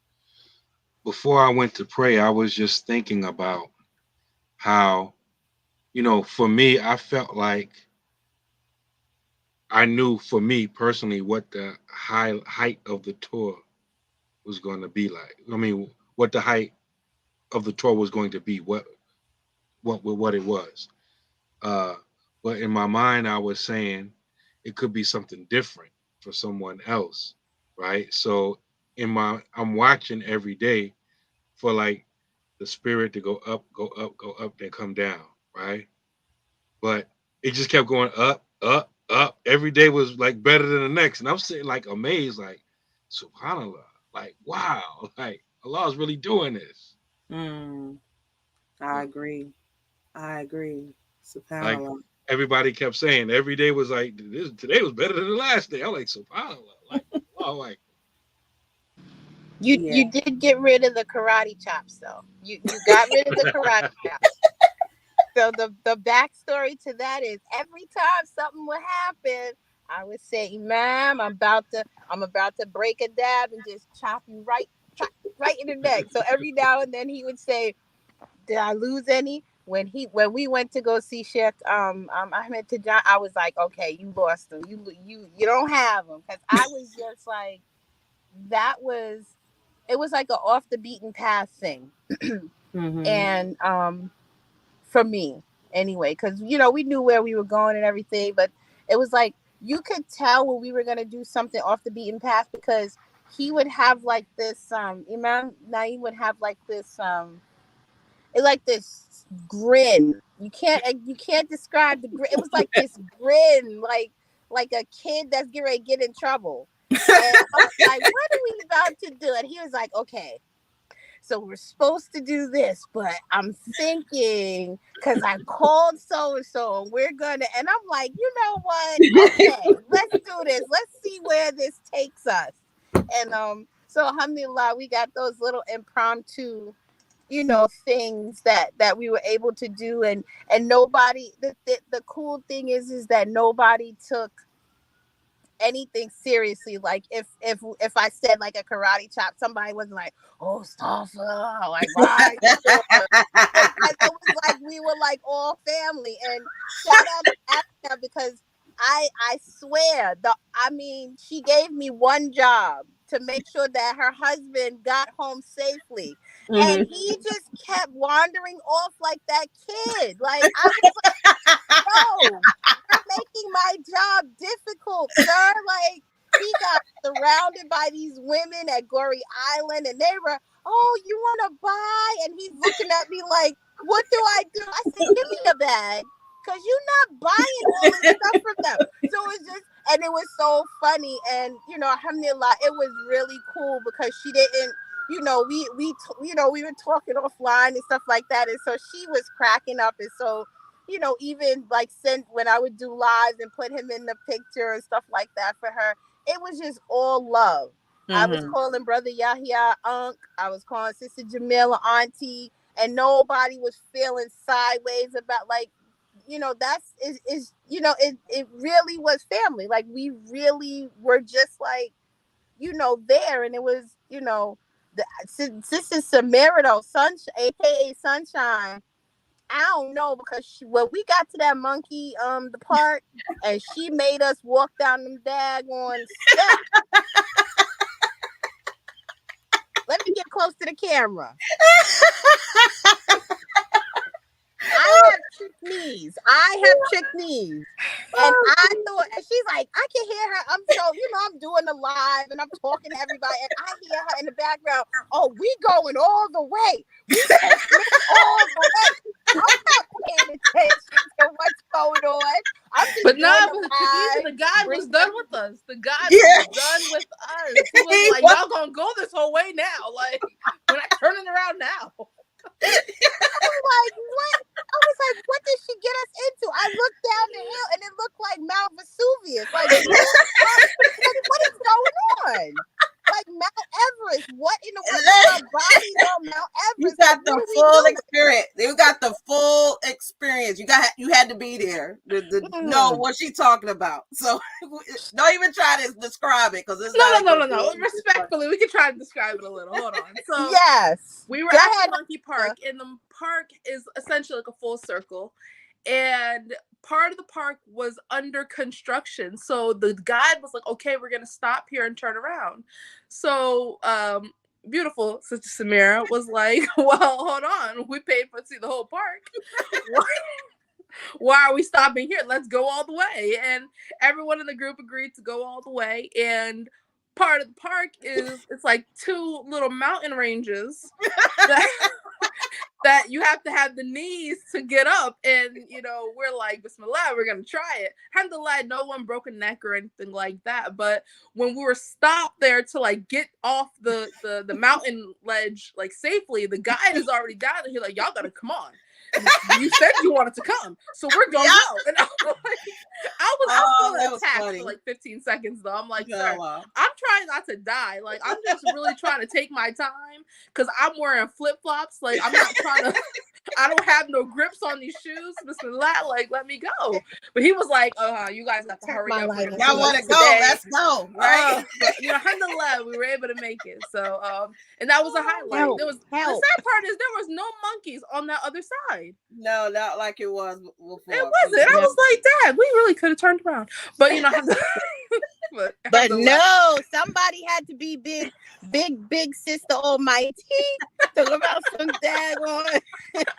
We going all the way. All the way. The monkeys stopped coming because we ran out of peanuts. I'm sorry. I don't agree with that part. I'm sorry. I almost lost a thumb. And I'm not an animal person, so you're not really going to stick your hand out and give him a peanut. And I had a peanut, I just threw it at him because I'm like, I don't want to touch. I don't want to touch the monkey. Like, it was too close. I didn't feel safe, and you know, alhamdulillah. I did the videography. I was like, look, I'm not touching nothing. No, I did the same. I was FaceTiming my mom, and she was like, don't bring home no monkey pox. Yo, speaking of bringing home, like, did anybody realize that Al Hassan was trying to bring home an animal from every rest stop? Like, and the people and the residents of these houses were giving him the chicken. He had a chicken. He got on the bus with a box, and we all start hearing cheep, cheep, cheep, cheep. We were like, go put that chicken back. What are you gonna do? They were trying to give it to me. They said I can have them. They said I can have them. It's fine. What are you gonna do with these chickens, little boy? What are you gonna do? Like, what in the world? Go put that chicken back. Listen. He still brings up that chicken too. He was like, I was supposed to have a chicken. I could have had 2. Oh my goodness. Yes. But but the children, they're not used to being like on a farm. You got to go down south, certain areas to see that. But just to be over there, and it's just part of the background, just part of the experience. Yeah, it just made it that just like, wow, we're up. The kids were chasing the cow. Was chasing, I think it was a cow. She was pregnant, and someone said, "Don't do that because she gonna kick the mess out of you." Like, right? It was just so beautiful to see, the children interact. But I did want to segue because people want to bring up bad stuff, right? Yeah. And just like, this is not paradise. If you remember, that's the same day we went to the beach. Yes. Right? Yes. And alhamdulillah, went to the beach. And it was I didn't even see that because I saw y'all. I saw like a piece of something, but I was so busy wrapped up in trying to show everybody stuff. Right. And subhanAllah, you really listen to the recording that Khadijah made at the beach. You can hear it all going on in the background. And I'm like, and I'm like, yes, and look at the water, and look at I'm just in La La Land, and I'm like, all hell's breaking loose in the background, but alhamdulillah, the water looks beautiful. I bring that up because I had seen, I was looking at a post from the Gambia, how women like to go to Gambia and scoop up these young dudes, right? Like old wrinkly chicken neck. Go over there and get them like a young dude. Right? It happens. The country is poor. But the reason why I mentioned it, I wanted to bring it to the attention. And this is not just Gambia. This is a lot of places, even here in America. Yeah. There was a white man at the shore with a little girl. She was no more than, I want to say 3 years old. Black girl. She was butt naked. And I want to say, wa alaikum salam to barakatuh, Uncle Yahya and my sister Jamila, in case I didn't mention it. Wa alaikum salam to barakatuh, Sister Tahira. I didn't want to leave anybody out. I was seeing comments and stuff and didn't get a chance to respond. Please join in, inshallah. But yeah, so he's standing there and Miriam said, what is he doing? Because my back was turned to that. I'm like, what you talking about? So this white dude had this 3-year-old girl butt naked. Nobody's on the beach. The beach is that beach is long, like forever. Everybody but her had their clothes on. And I'm like, what? And she's just flapping away. She's like on the, you know how the water comes onto the shore? She's like laying like stomach down, booty up, just flapping, butt naked. And I'm sitting here like, So, you know, I had to call out Karen. I couldn't let this pass, right? And this wasn't because I wanted to show off or no. This is a child. This is a baby. I was like, where's her clothes? And he's acting oblivious to the question. Like, I'm like, where's her clothes? Why is she out here? Oh, she don't want her clothes. She's a 3-year-old. You're an adult. Who are you to her? I'm her father. Her hair nappy as mine. That's not your daughter. Where's her mother? Like, I'm really giving it to him. And so, you know, the brothers was coming. Let me interject that this beach is known for that. So it's not like this stuff, you know, we never heard of it at this beach before. There's been many people before that called out stuff, that type of stuff going on in the beach. So this is our first time experiencing it directly. So you know, there's background to it, you know. Right. Well, people might hear you and say, why would you jump to that conclusion? Because that stuff is known to happen there. That's why. And they have poster boards all over about that sex trafficking stuff. So they already know that it's, you know, something that's happening. So the mother come over and get indignant. To my mind your business. I'm like, mind your business. You don't know what you don't know what a pedophile looks like. Like, why would you have your daughter out here? If they were with a group of people and there were children, white children, and guess what? Those kids had all their clothes on, top and bottom. She was the only one out of all of those children that didn't have on no clothes. Yes, a 3-year-old baby. And Mariam was trying to give her scarf, you know, underscarf, and he pulled her back, talking about you scaring her. The girl was not scared. She was like looking at her like, you know, like she didn't think was any harm. You could tell by her reaction. She would have been crying. And he trying to say, you scaring her. And it just blew up. And I just was getting in her face, and somebody else came and was all in my face with the hand. I said, if you don't move your hand, they walk away. The mother walks away from me. She called me a B. So I'm about to start for a charger fund. Everybody grabbed me, right? And the brothers was like on him, like waiting for him to get puffed up. Talk about that part. We was watching from a distance when we first seen y'all. So I was watching, right? And so I'm looking at the dude. I'm waiting for him to see if he gonna like try to raise up or whatever. Then when I seen that the situation was escalating, we walked over there, right? And we really not thinking about the women. I'm concentrating on the dude. I'm like, you act like you want it. You gonna get it, right here, right. Abdul Bar was like ready, like and it was like, you don't see what's wrong, right?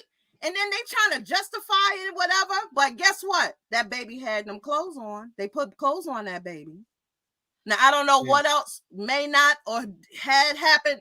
It just didn't look right. And I could not allow that to just slide and not say anything. That but could be the way that happens, the way that happened is the way it usually happens. Like, usually, a lot of times, the people that's from there, when they just out bold with it like that on the beach, the people that's from there don't say nothing.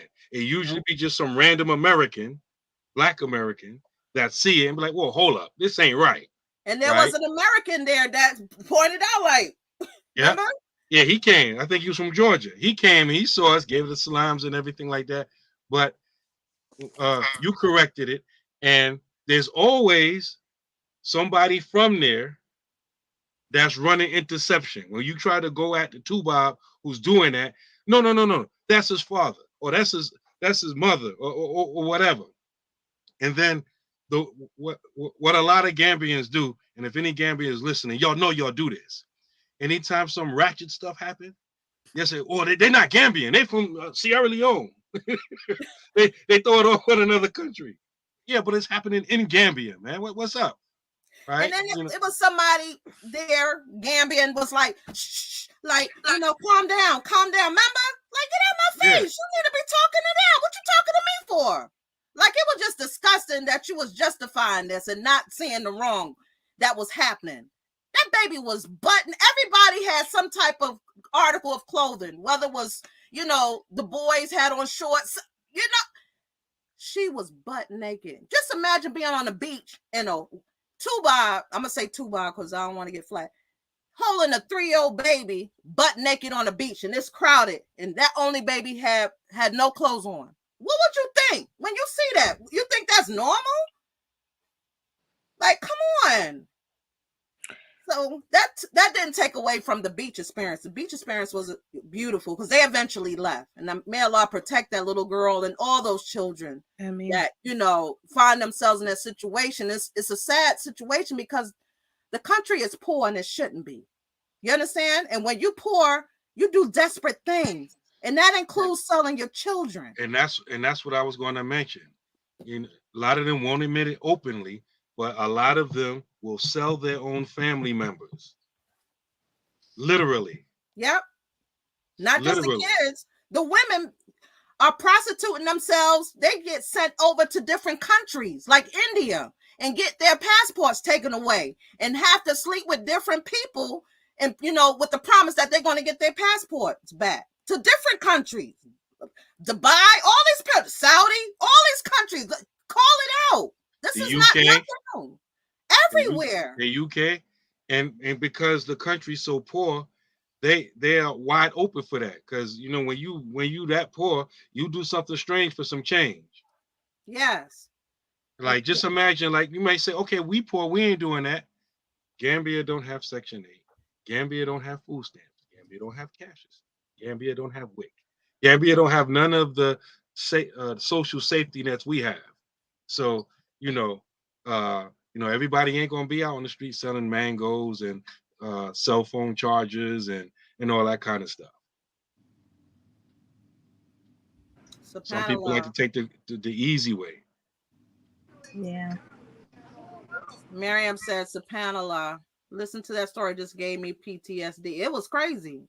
May Allah reward you, Miriam, for pointing that out. Because, eventually probably, I don't know if we wouldn't even paid attention to it. You know what I'm saying? Because it was kind of crowded, but something had to be said. Hassan Ali said the same thing sort of at the ferry with them 2 old white guys and that girl who couldn't have been more than 8, had an old black lady running point. Yeah, they always have somebody black from there running point with the excuses and stuff.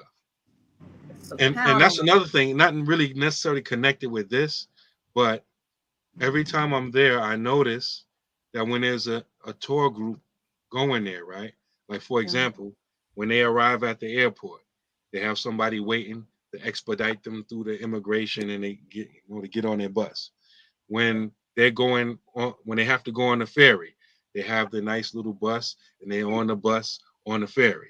And then, they're very sheltered, right? Mm-hmm. And when organizing our tour, I said, that's what I don't want to do. Mm-hmm. Shelter everybody and just have it all exclusive and disconnected from the people. I said, that's what I don't want to do. Right. But going back to the subject matter, a lot of them, in the same way they are sheltered, like how people like beg for money and stuff like that. A lot of them Tubob tour groups, they don't get begged like that. The people running interference to make sure they don't get harassed like that. I see it all the time. So they get, and I remember even being on the ferry, like, yo, You asking me for money? There's two Bob right there. He got real bread. You asking me? He right there. Go ahead, ask him. SubhanAllah. So other than that, Sister Jamila said it was a nice sunset. We was there till after Maghrib, so we saw the sunset on the beach. As you can see in our advertisement, we had horseback riding. We were waiting for our drinks, not drink alcohol, of course. It was juice, right? It was a juice bar, right? The wine's not until dinner. It's not until right? Juice bar.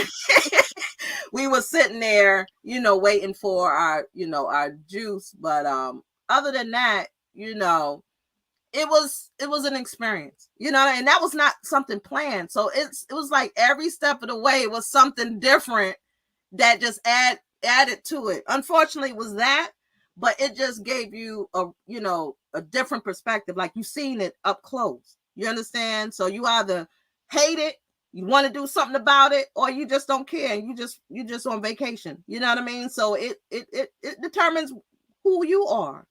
It shows who you are as a person. Are you still a human being or are you a robot? And alhamdulillah, I'm a human being. I still have a heart, and as well as you all, so it that just subhanAllah. I'm sorry. No. I was saying subhanAllah. Go ahead. It kind of also goes, it allows us to segue into the brothers. The brothers, alhamdulillah, on the trip, like, it didn't matter where we were. If you turned around, there was somebody behind us, on the side of us, around the corner. And it was just that for me, like, I'm always very, I'm very observant of that, because like I said, and I said this in one of our meetings afterward, and I hope I didn't, rustle any. I said, and Habiba was that thing, because I would go, yeah, I hope I didn't say so. She's like, you're fine. She would always go, you're fine. But I was hoping that I didn't rustle feathers, because in honest reality, I'm sorry, I'm waiting for my daughter to, what's her name? She's at work, so I'm waiting for her to get out of work. Okay. But I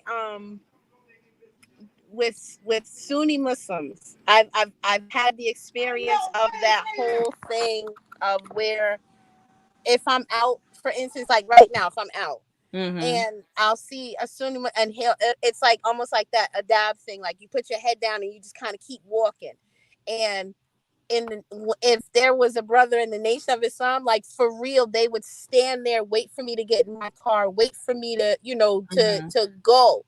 And they would stand there until I was finished. And so I always had this thing with Sunni men where I was just like, yo, I don't even feel safe with y'all, because y'all so busy trying not to you're trying to lower your gaze and stuff like that. You're not even watching me. You're not protecting me. I don't think that's a Sunni thing. I think that's really just non-black, because I'll be honest, like in Camden, they're walking you to your car. And I remember when someone first did that, because I'm like, you don't get that anywhere else. That level of I'm gonna make sure that the sisters are safe.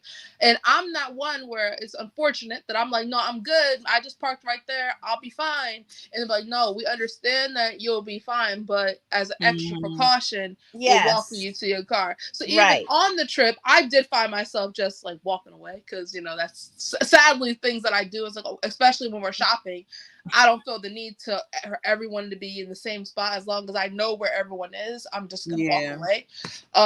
But I don't, as long as I don't feel like I'm putting myself in danger, kind of thing. But alhamdulillah, we do commend the brothers for making sure that the sisters are felt safe at all periods of the trip. So alhamdulillah. And that was usually my experience where I had that. But on this trip, like, and super like shout out to the brothers, and then in particular Uncle Yaya. If there was not a chair available, if we had to pick up if I had to pick up an ant, he was like, give me that ant. What you carrying the ant for? Give me the ant. And I'm like, here's the ant. MashaAllah. He's supposed to be carrying that. And he said something so poignant, and I've been saying it to people since we got back. He was talking about the way that he handles Sister Jamila, aka Auntie. He said, how can I go out into this world and listen to my employees and give my employees the benefit of the doubt, or like kowtow to people, even though I know he doesn't kowtow, he doesn't like bend to anybody. But how can I watch my tongue or watch myself with somebody else, and I don't watch my tongue with my wife? How can I not do that? Like, he's like, man, this is what's wrong with it. And then he went on into it. I said, listen, keep talking. And so I know the whole time it was just, there were jewels from each and every one of the brothers. Like, they were just always very, very attentive, trying to make sure that we were good. You know, and so, you know, so I was that part. I love chivalry. Like, I love, if I'm like you, if I'm walking and somebody says, oh, can I get that bag for you? And it has a piece of cotton in it. You can get the bag. And so that was one of my highlights too, was because we have all these talks on online where we're, you know, everybody's kind of doing all these gender this and that and blah, and it put all of that to rest on the trip, you know, because no matter what was going on, you always had that thing where somebody was watching out, you know what I'm saying, for us, and it was pretty cool, and there was no, like I said, it was just no, I'm sitting in front of Planet Fitness, so I'm looking at judgment-free zone. Like, there was nothing like that. Right. Like, it was just authentic family love. And so I appreciate the conversations with the brothers, where, you know, sometimes I would have individual conversations about spirituality and stuff, and those, to me, it just kind of confirms that, you know, there's still, you know, you still got them ones out there, you know. Yeah. And alhamdulillah, I appreciate it. And Sister Jamila would just shake her head. Yeah. Like, she would just be, Uncle would be doing whatever he was doing, and she would be like, that's yeah. Yeah. That's how you sound. Just get my water. I'm getting my water. Yeah, where my water? I'm getting my water. Yeah. She got the cadence and everything. She got you down. Hold my bag. Yeah, hold my bag. Where you going? She got the cadence. He will hold that bag. He will hold the bag, and she would get her water. You know. I loved every bit of it. Subhanallah. Yeah.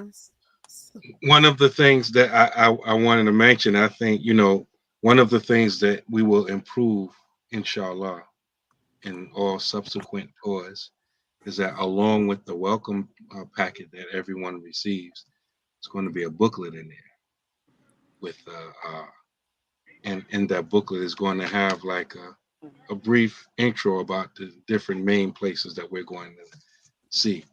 But with regards to Jufure, you know, I think Sister Khadijah mentioned it earlier. Sometimes we have to step in and, you know, kind of like direct the conversation or direct the information that, you know we want, that we need. And I don't know if y'all peeped it or if y'all caught it, but the elder Mariam, she is the daughter of, subhanAllah, it left my mind. And I don't know if y'all, she's the daughter of Binta. Binta's husband, whose name I can't remember, was the griot, the village historian that Alex Haley spoke to when he went there, and, you know, when he was putting together Roots. So it's not only, and this is important too, because, you know, we're a type of people that don't read fine print.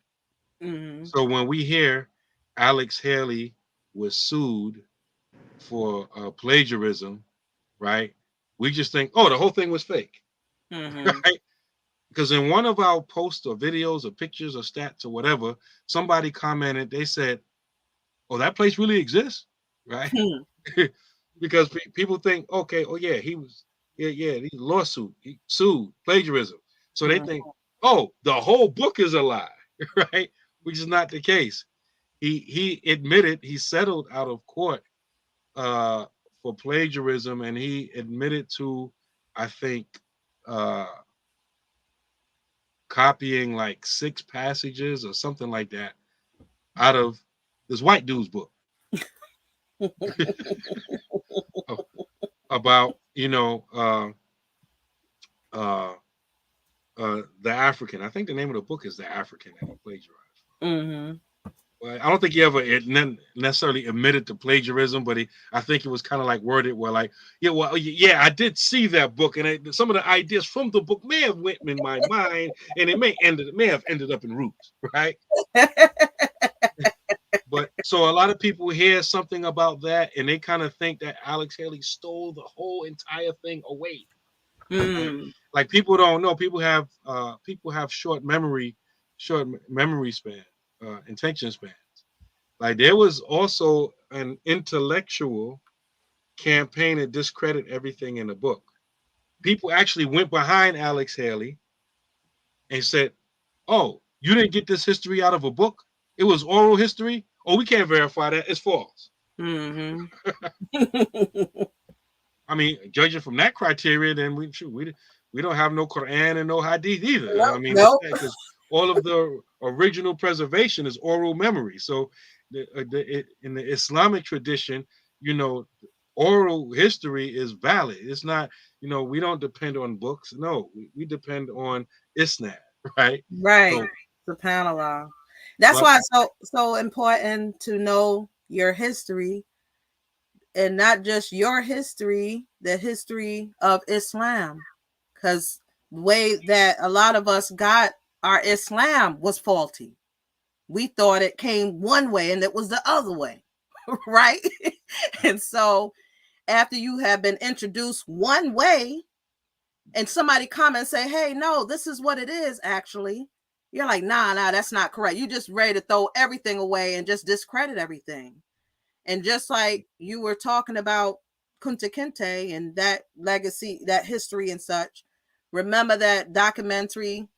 There's a documentary that's out. You got to dig for it. It's called Kunta Kinte Island. It was like a commemoration back in 2012, I believe, right? And they had this big ceremony, and someone was narrating. I forgot who the brother was, but he narrated that same old garbage that the Orientalists regurgitate, the Pan-Africanists regurgitate, that the Arabs force Islam on the Africans. They actually said that on that documentary. And see, that's another thing. These people are so used to Tuba visiting them, that they will straight up lie or do whatever they have to not to disturb their fragility, right? So they'll continue to lie, right? Because of who they're speaking to. That's why we were a breath of fresh air for them. They can just keep it raw with us. And I wanted to mention in that booklet, I'm going to include her lineage, because a lot of people, like, we don't really think too deep. A lot of people think like, well, how can it be Kunta Kinte family if he was taken away and he was sold as a slave in America? Negro. His father had 3 other children besides him. He was the oldest one, right? Mm-hmm. They still live there. Those are their descendants that still live there, right? So I'm going to put her lineage there, inshallah, in the booklet, going back to her father Umaru. I mean, to Kunta Kinte's father Umaru. It's a subhanallah, it's a rich history, and like that's why it's important for us to sort of kind of know these things. So when our tour guides kind of want to gloss over it, we're like, all right, well, what about this? Yeah, we need to hear this part right here. Zenaida and Zachariah, you coordinated our Senegal portion of the trip, right? tell us what were your intentions for the group? What did you want the group to get out of that portion? Because remember, there were certain ways that we wanted to do that portion. And so we narrowed it down to, the trip that we finalized. What did you want the trip, the tour members to get out of that portion of the trip? I was hoping that we could do more than we did, but we didn't have enough time. I was hoping we'd go to St. Louis, Tuba, in addition to Medina Bay, Goree Island. I forgot we were supposed to do all that. Yeah. It would have been too much. Because of us being on the side of the road for like 12 hours. I understand, right? Yeah. We're gonna have to redeem ourselves. I know that from the experience that we had, we wanted to make sure we shared that by going to the places we had already visited. That was Medina Bay, and connecting with with our host, and hearing that history about the commitment of the person that developed the city, their commitment to connecting with the African Americans and having the Quran school that's been going on for now, we're at multiple generations. And then people are constantly, moving in and out of there. And that's a blessing. And then for descendants of enslaved Africans, for us to go to unfortunately, one of many places where people departed, for us to go to Goree Island and be present and to return and to stand in that space as kind of like a victorious positioning, like just it was a lady, Maxine Waters, reclaiming my time, reclaiming my space. That's what we were doing. We came back, and it was so very powerful the first time I did it, and I'm really wanting to do what we did when we went inside of that little space. Subhanallah, like that was like so powerful. So I don't know.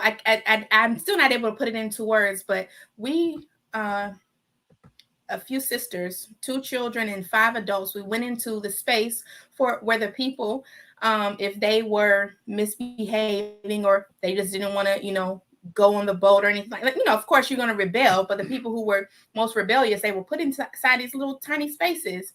And when we went in there, 7 sisters, we couldn't take it. And so it was just like, again, I don't have the words for it. It just was a shedding, and we got a chance to make dua, and we prayed together, and just kind of just praying for those, sorry, here I go, about to cry again. But just praying for people in their extremely uncomfortable situation, and I know that that's something that I think would be necessary to do anybody who goes again, just because it's unfathomable. We can hear the stories, we can see pictures, but when you are like, we didn't experience, but even that closeness to the experience, we weren't in there for 10 minutes, but it was hard. And the babies were like, it's hot. Like, yes, sweetie. Yes, it's very hot. And this is momentary for us, And I saw when we were inside, we were making dua. I saw some people that were outside joining in the dua, And that was just a really, really beautiful cleansing. Like, in addition to us going to these various places, Kunta Kinte Island and Goree Island, it was like a shedding of layers of pain and hurt and stuff like that, and the when we met the Sheikh Ahmed Tijani and his simplicity of how we reconnect. It was so simple. Connect with Allah, connect with Rasulullah sallallahu alaihi wasallam, and connect with Allah's book, and that's how you'll be restored. So simple. I'm like, I don't know how to find my ancestors. It's our peace, you look, y'all, whatever this word is, is in our spirit. spiritual connection, you know, it being there. And then we have these other opportunities that allow for us to shed. But it was just so beautiful. It was so beautiful. And let me interject. Let me give the studio audience a graphic description of what you were just talking about at Goree Island. That picture that the imam held up is in front of it. This space was no more than 6 feet wide. I'm gonna say long. Yeah. No more than 3 feet wide, and maybe 4 feet high. And they put 7 men. You know, African men are like, you understand? They're not puny. And they stuffed them in there. The one that was rebelling, the one that they couldn't get on the boat. Yeah. And it was hot that day. Yeah. 7 men in that small space. And they just didn't leave them in there. They was doing stuff to them to make it so bad that they will want to go on a ship and go to somewhere to the unknown. Just put that in your mind. They made their life hard, like hell, there, so that you will want to go on the ship. And we know what happened after you got on that ship. So just to be in that space, and I was all the way in the back, I could hardly breathe. And they were in those spaces for like weeks. It was not minutes. And they had to be cramped up in there. We were women. It would have been beautiful for the brothers to go in there. You understand? Yeah. So they can feel this. Because we had our situation too. They had a room for just us too, you understand? Raping us, doing all types of things to us, treating us like, violating us that can't even, it's indescribable that we're told to forget. But alhamdulillah, we had our children with us in that space, just to remind them, this is something, this is part of our history. Although it does not define us, but this is part of our history. Don't forget where you came from. Don't forget what happened to us. This lets you know how strong we are. Yeah. You understand? This shows how resilient we are. So don't say I can't do this. It's too much. Because look what they had to go through. Exactly. Yeah.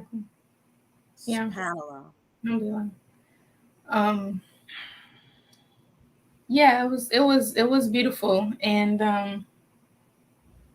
I think we did well to capture some of what we experienced and then added on some, and then even still like, oh, next time we should make sure we include this. Oh, next time we should make sure we include that. Probably going to that monument that two sisters and I went to it like after Fajr. I was so tired, but we made it up there's like a great deal of steps, and just to see it, and then some of the inscriptions or on the like a plaque on the wall or whatever spoke to, like the statue is pointing in a direction and it's talking about the people of the diaspora. So like I'm feeling like pointing to us over here, but it's amazing. So I would definitely want to incorporate that, for more of us, because it was really beautiful to be up there and kind of see more. Yeah. SubhanAllah. I came back and was like looking for the fruit, the kaba. I was like, we have a farmer's market and they have stuff from different places. So I'm like, so do you have kaba? And they're looking at me, and I was like, let's look it up on the computer. So I had the people looking it up. They don't have it. SubhanAllah. I wanted like, to. That's what I want. That's what I want. Just give me some kaba. And now he's asking for, was it Domoda. Domoda. So I have to learn how to make That was good. We can have it. See who makes the most authentic recipe online and try to emulate it. And Sadie just asked about oh goodness, akara, making some akara, because the sisters had showed her how to do it. So she's like, it should be easy. So We're gonna still have our little experience, and we had some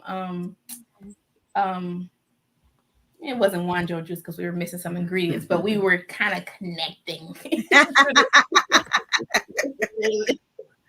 Oh,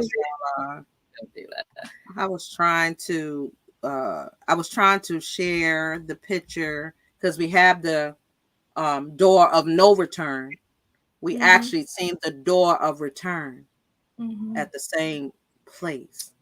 Up the mountain. And I was trying to bring it up. I'm gonna try to see if I can pull it up. But it's just significant because we return as Muslims. And the thing, because of our timing that we got there was so many more people. There was a space at the top of the mountain, or the hill. And if you look down, the rocks actually kind of spell out Allah. That's what we're trying to get us to see. It was it's like you can see it. It's like Aleph, Lam, like you can sticking out of the water. Wow. Excuse me. But you had to be like at a certain spot in order to look down and see it. The waves rushing and everything. It was a beautiful sight. I have like some pictures that I'm doing my best to take it. You can see it best with your eyes, but with a camera sometimes it limits. Right. SubhanAllah. That'd have been so wonderful to see. I'm gonna see if I can show this. I can't. We gotta show this. Imam, while I'm trying to get this together, you have anything to say? The Kanye Jabari. I know I beat up the last name, the Sand Dune Master. Yes. I would like to hear your reflections on that. SubhanAllah. There were a lot of.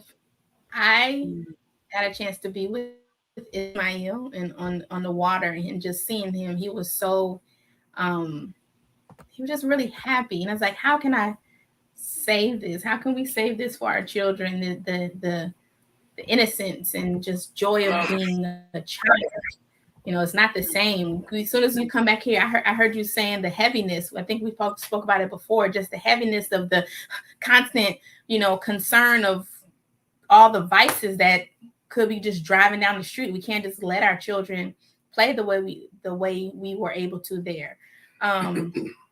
But sorry, I kind of went off in the play, but being in that space, it was very beautiful with all of the spiritual spaces. I got a chance to make salah on the rocks on the inside, and that was really nice. And people still, it was kind of unsteady space when, like, if you were standing on something and just seeing how everybody was still kind of, looking out for each other. That was really beautiful. I know my husband and Saji, did she do the wash? Yeah, they did the wash, so he could say something about that. Yeah, that was nice. The well water, nice, spiritual experience.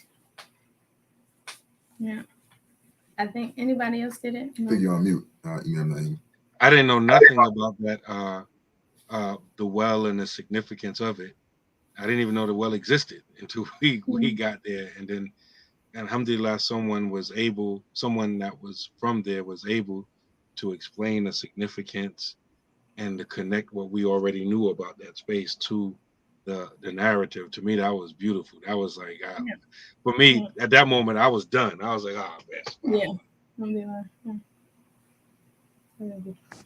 It just seemed like the colors were so vivid. I don't know if anybody else felt that. Yes. They were so vivid. It was just like, it felt like it felt unreal. Yeah. Like it felt unreal. And at the door of no return, it felt like it was just, everything was just so super vivid. And then a shout out to Imam Naeem when he gave us the tidbits of the Portuguese or Portugal, and just like everybody was able to interject, and knowing that the floors were like species and stuff. Like we were walking for real where our ancestors were suffering. And for me, I said to somebody, I'm not going to look at museums differently. I mean, I'm sorry. I'm going to look at museums differently because the way people were walking through there, just kind of looking as if it's just like an attraction.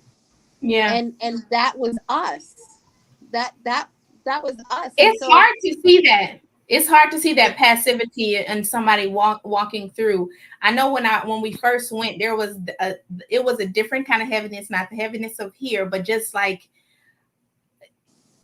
it was, as people were just, we're about to go to Gory Island. And it was really, really difficult. Like, dude, we're not just going to Gory Island, like we're going to a very hard, horrifying place, you know, and seeing people be light and airy, it was hard for me when I went the first time, you know. And I remember this next time when she was very angry and she saw somebody with that same kind of energy, and I remembered it. I was like, okay, let's anyway, you know. And that the museum, so possibly we need to have an exclusive experience so that it can just be our group the next time, you know.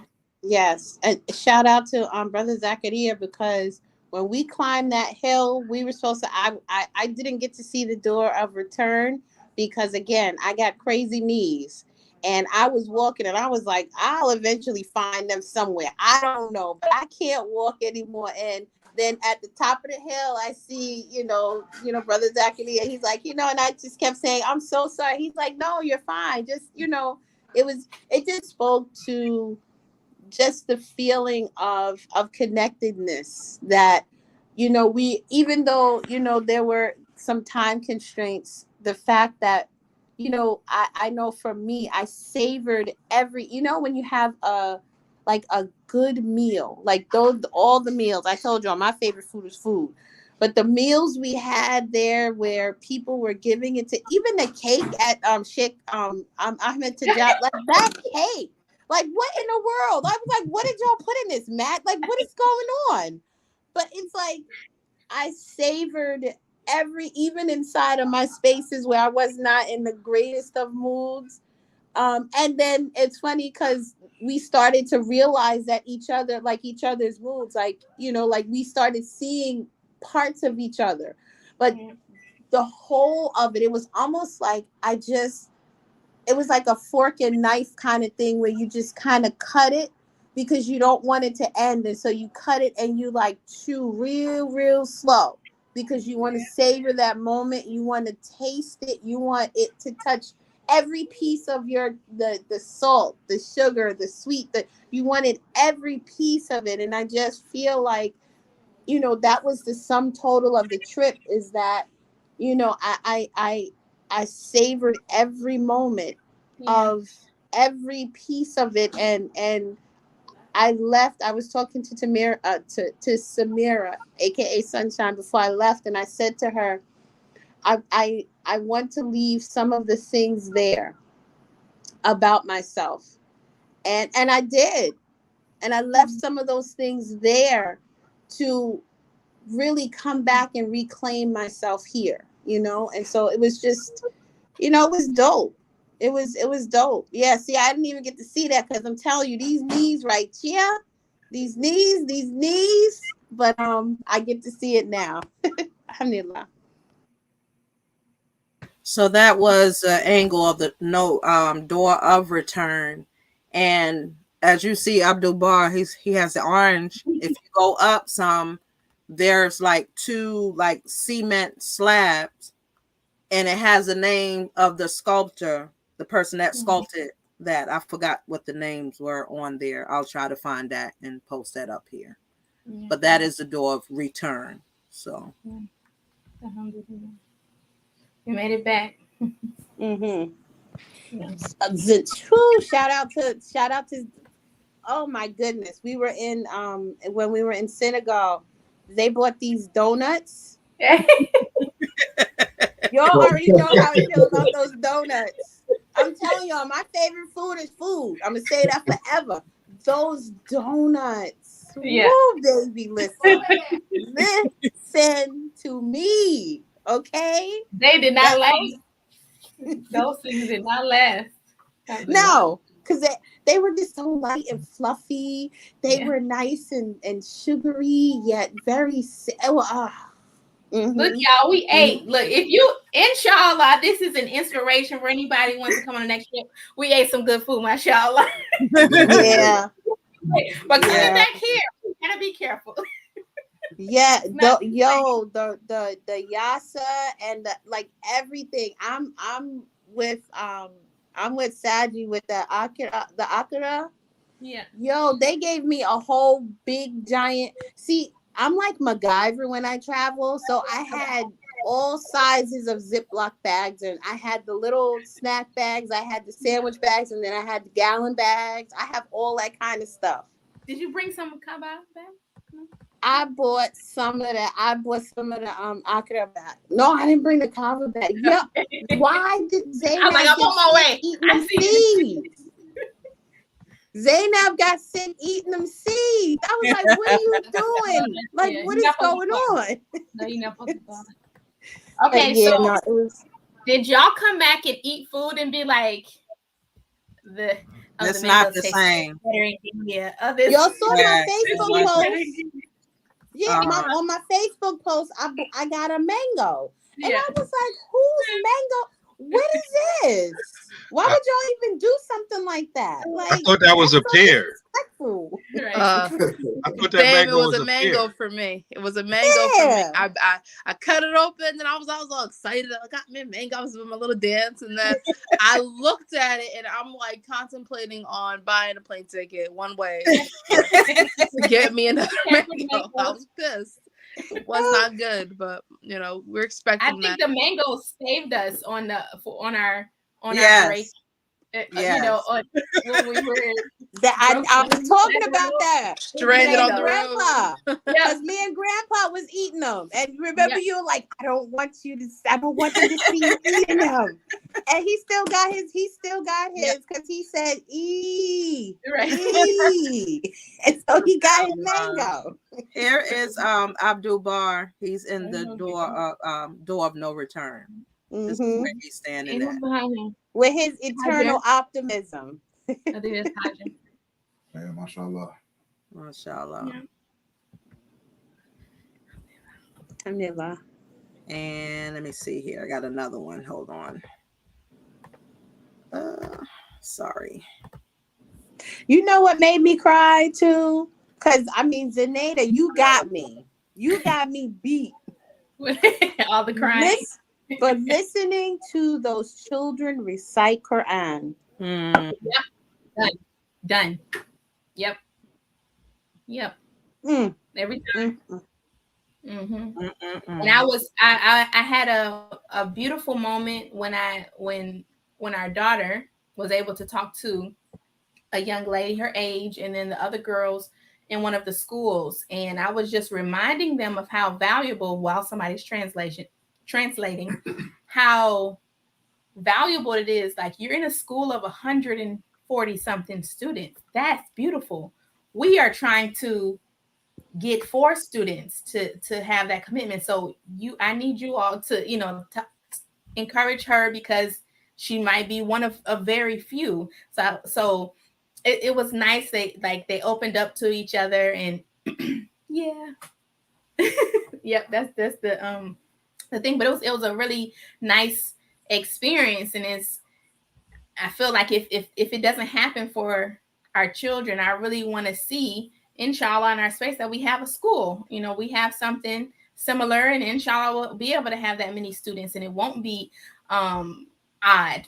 When we were trying to get students to go to Quran school, like, it'll be, yes, that's the Quran school, and yes, we have this many students. Not like we're trying to struggle to start a school and have 5 kids and all of that kind of stuff, which we know is happening in a lot of places. Like, if we can just, as we continue to restore and increase our iman and build our communities, that we do that stronger connection to Quran and do it with the children, having the schools and all of that kind of stuff, I think will be fruitful indeed, from not just the things, you know, our structures and stuff, but it'll go beyond our presence into the next generations and all of that kind of stuff, inshallah.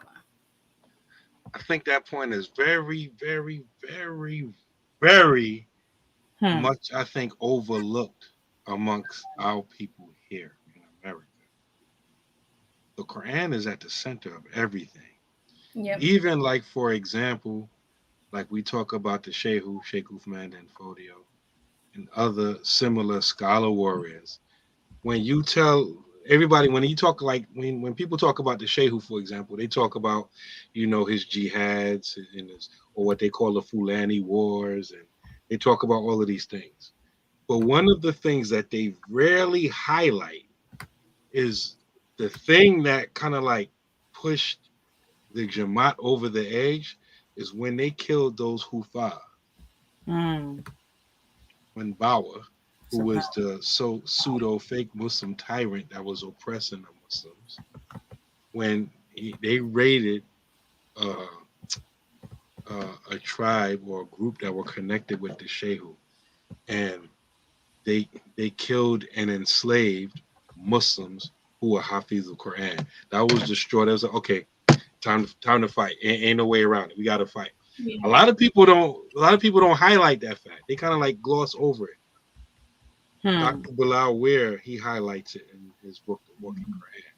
He mentions that about the Shehu. A lot of people, when they talk about it, they don't mention that part.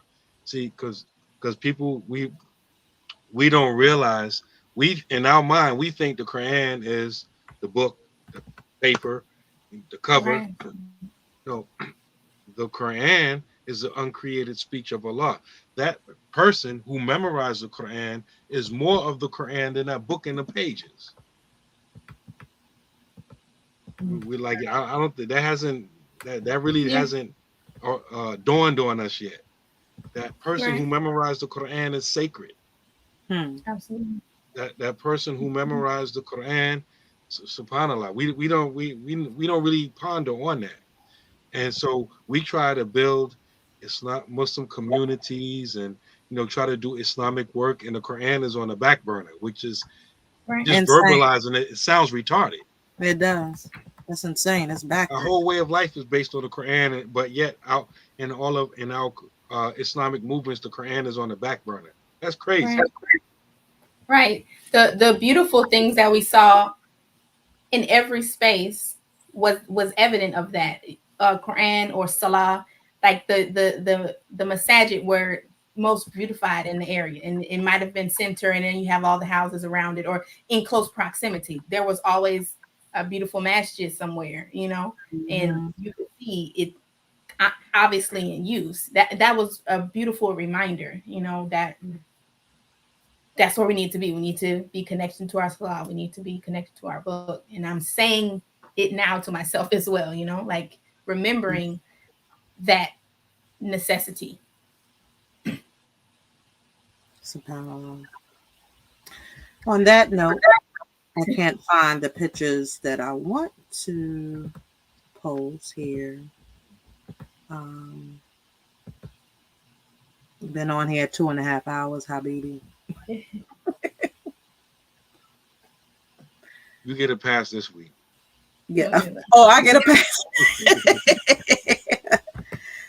So we want to thank everyone for joining us this evening. This evening would not be what it was without you guys. Like, we needed you. Like, we could have said. Sister Zenaida has something to say. Drop that link. Drop that link. Drop that link. Drop that link. It wouldn't be what it is. So inshallah, we will be taking this tour again end of November 29th to December 10th. Deposit, 500 deposit. The hold your spot is due August 15th, so you have a lot of time. Do not pass up this opportunity, because, like, as you've heard and from our experience, this could be yours. And putting the Quran this in the center is what we need. It's the remedy. And we wonder why things are as lopsided and such, because we leave the Quran out of it. Just like you have so-called Muslims want to leave Prophet Muhammad sallallahu alaihi wasallam and his sunnah out. You know, like that's crazy. That's insanity. Like that's not even the deen. That's another deen. That's something else, but it's not Islam. So until you understand that, your whole life is going to be deficient. Things are not going to feel, you know, together. It's going to be like a missing piece, and you're just trying to figure out what is that piece. It's the Quran. Do not underestimate that. Do not underestimate that. And so we named this tour Tracing Our Islamic Roots, because we've been cut off, you know, as a people. We also been cut off from this deen, and we need to get reconnected so that we can be whole and so that we can be empowered, you know, and worship better, you know, in this life. And inshallah, in the next life, it'll turn out to be something beautiful. And so we want to thank everyone that came on, that commented in the comment section, like Brother Nadam, Sister Miriam, Brother Hassan, you know, Sister Jamila, Uncle Yahya. Thank you for joining us, and you all that are right here. Abdul Bar, my cousin, Khadija, your cousin, yep, your cousin, Sister Habiba, Sister Zaneta, Zachariah, and kids, my sunshine. You know, thank you so much, Imam. Alhamdulillah, thank you so much, and we appreciate y'all, and we love y'all so much.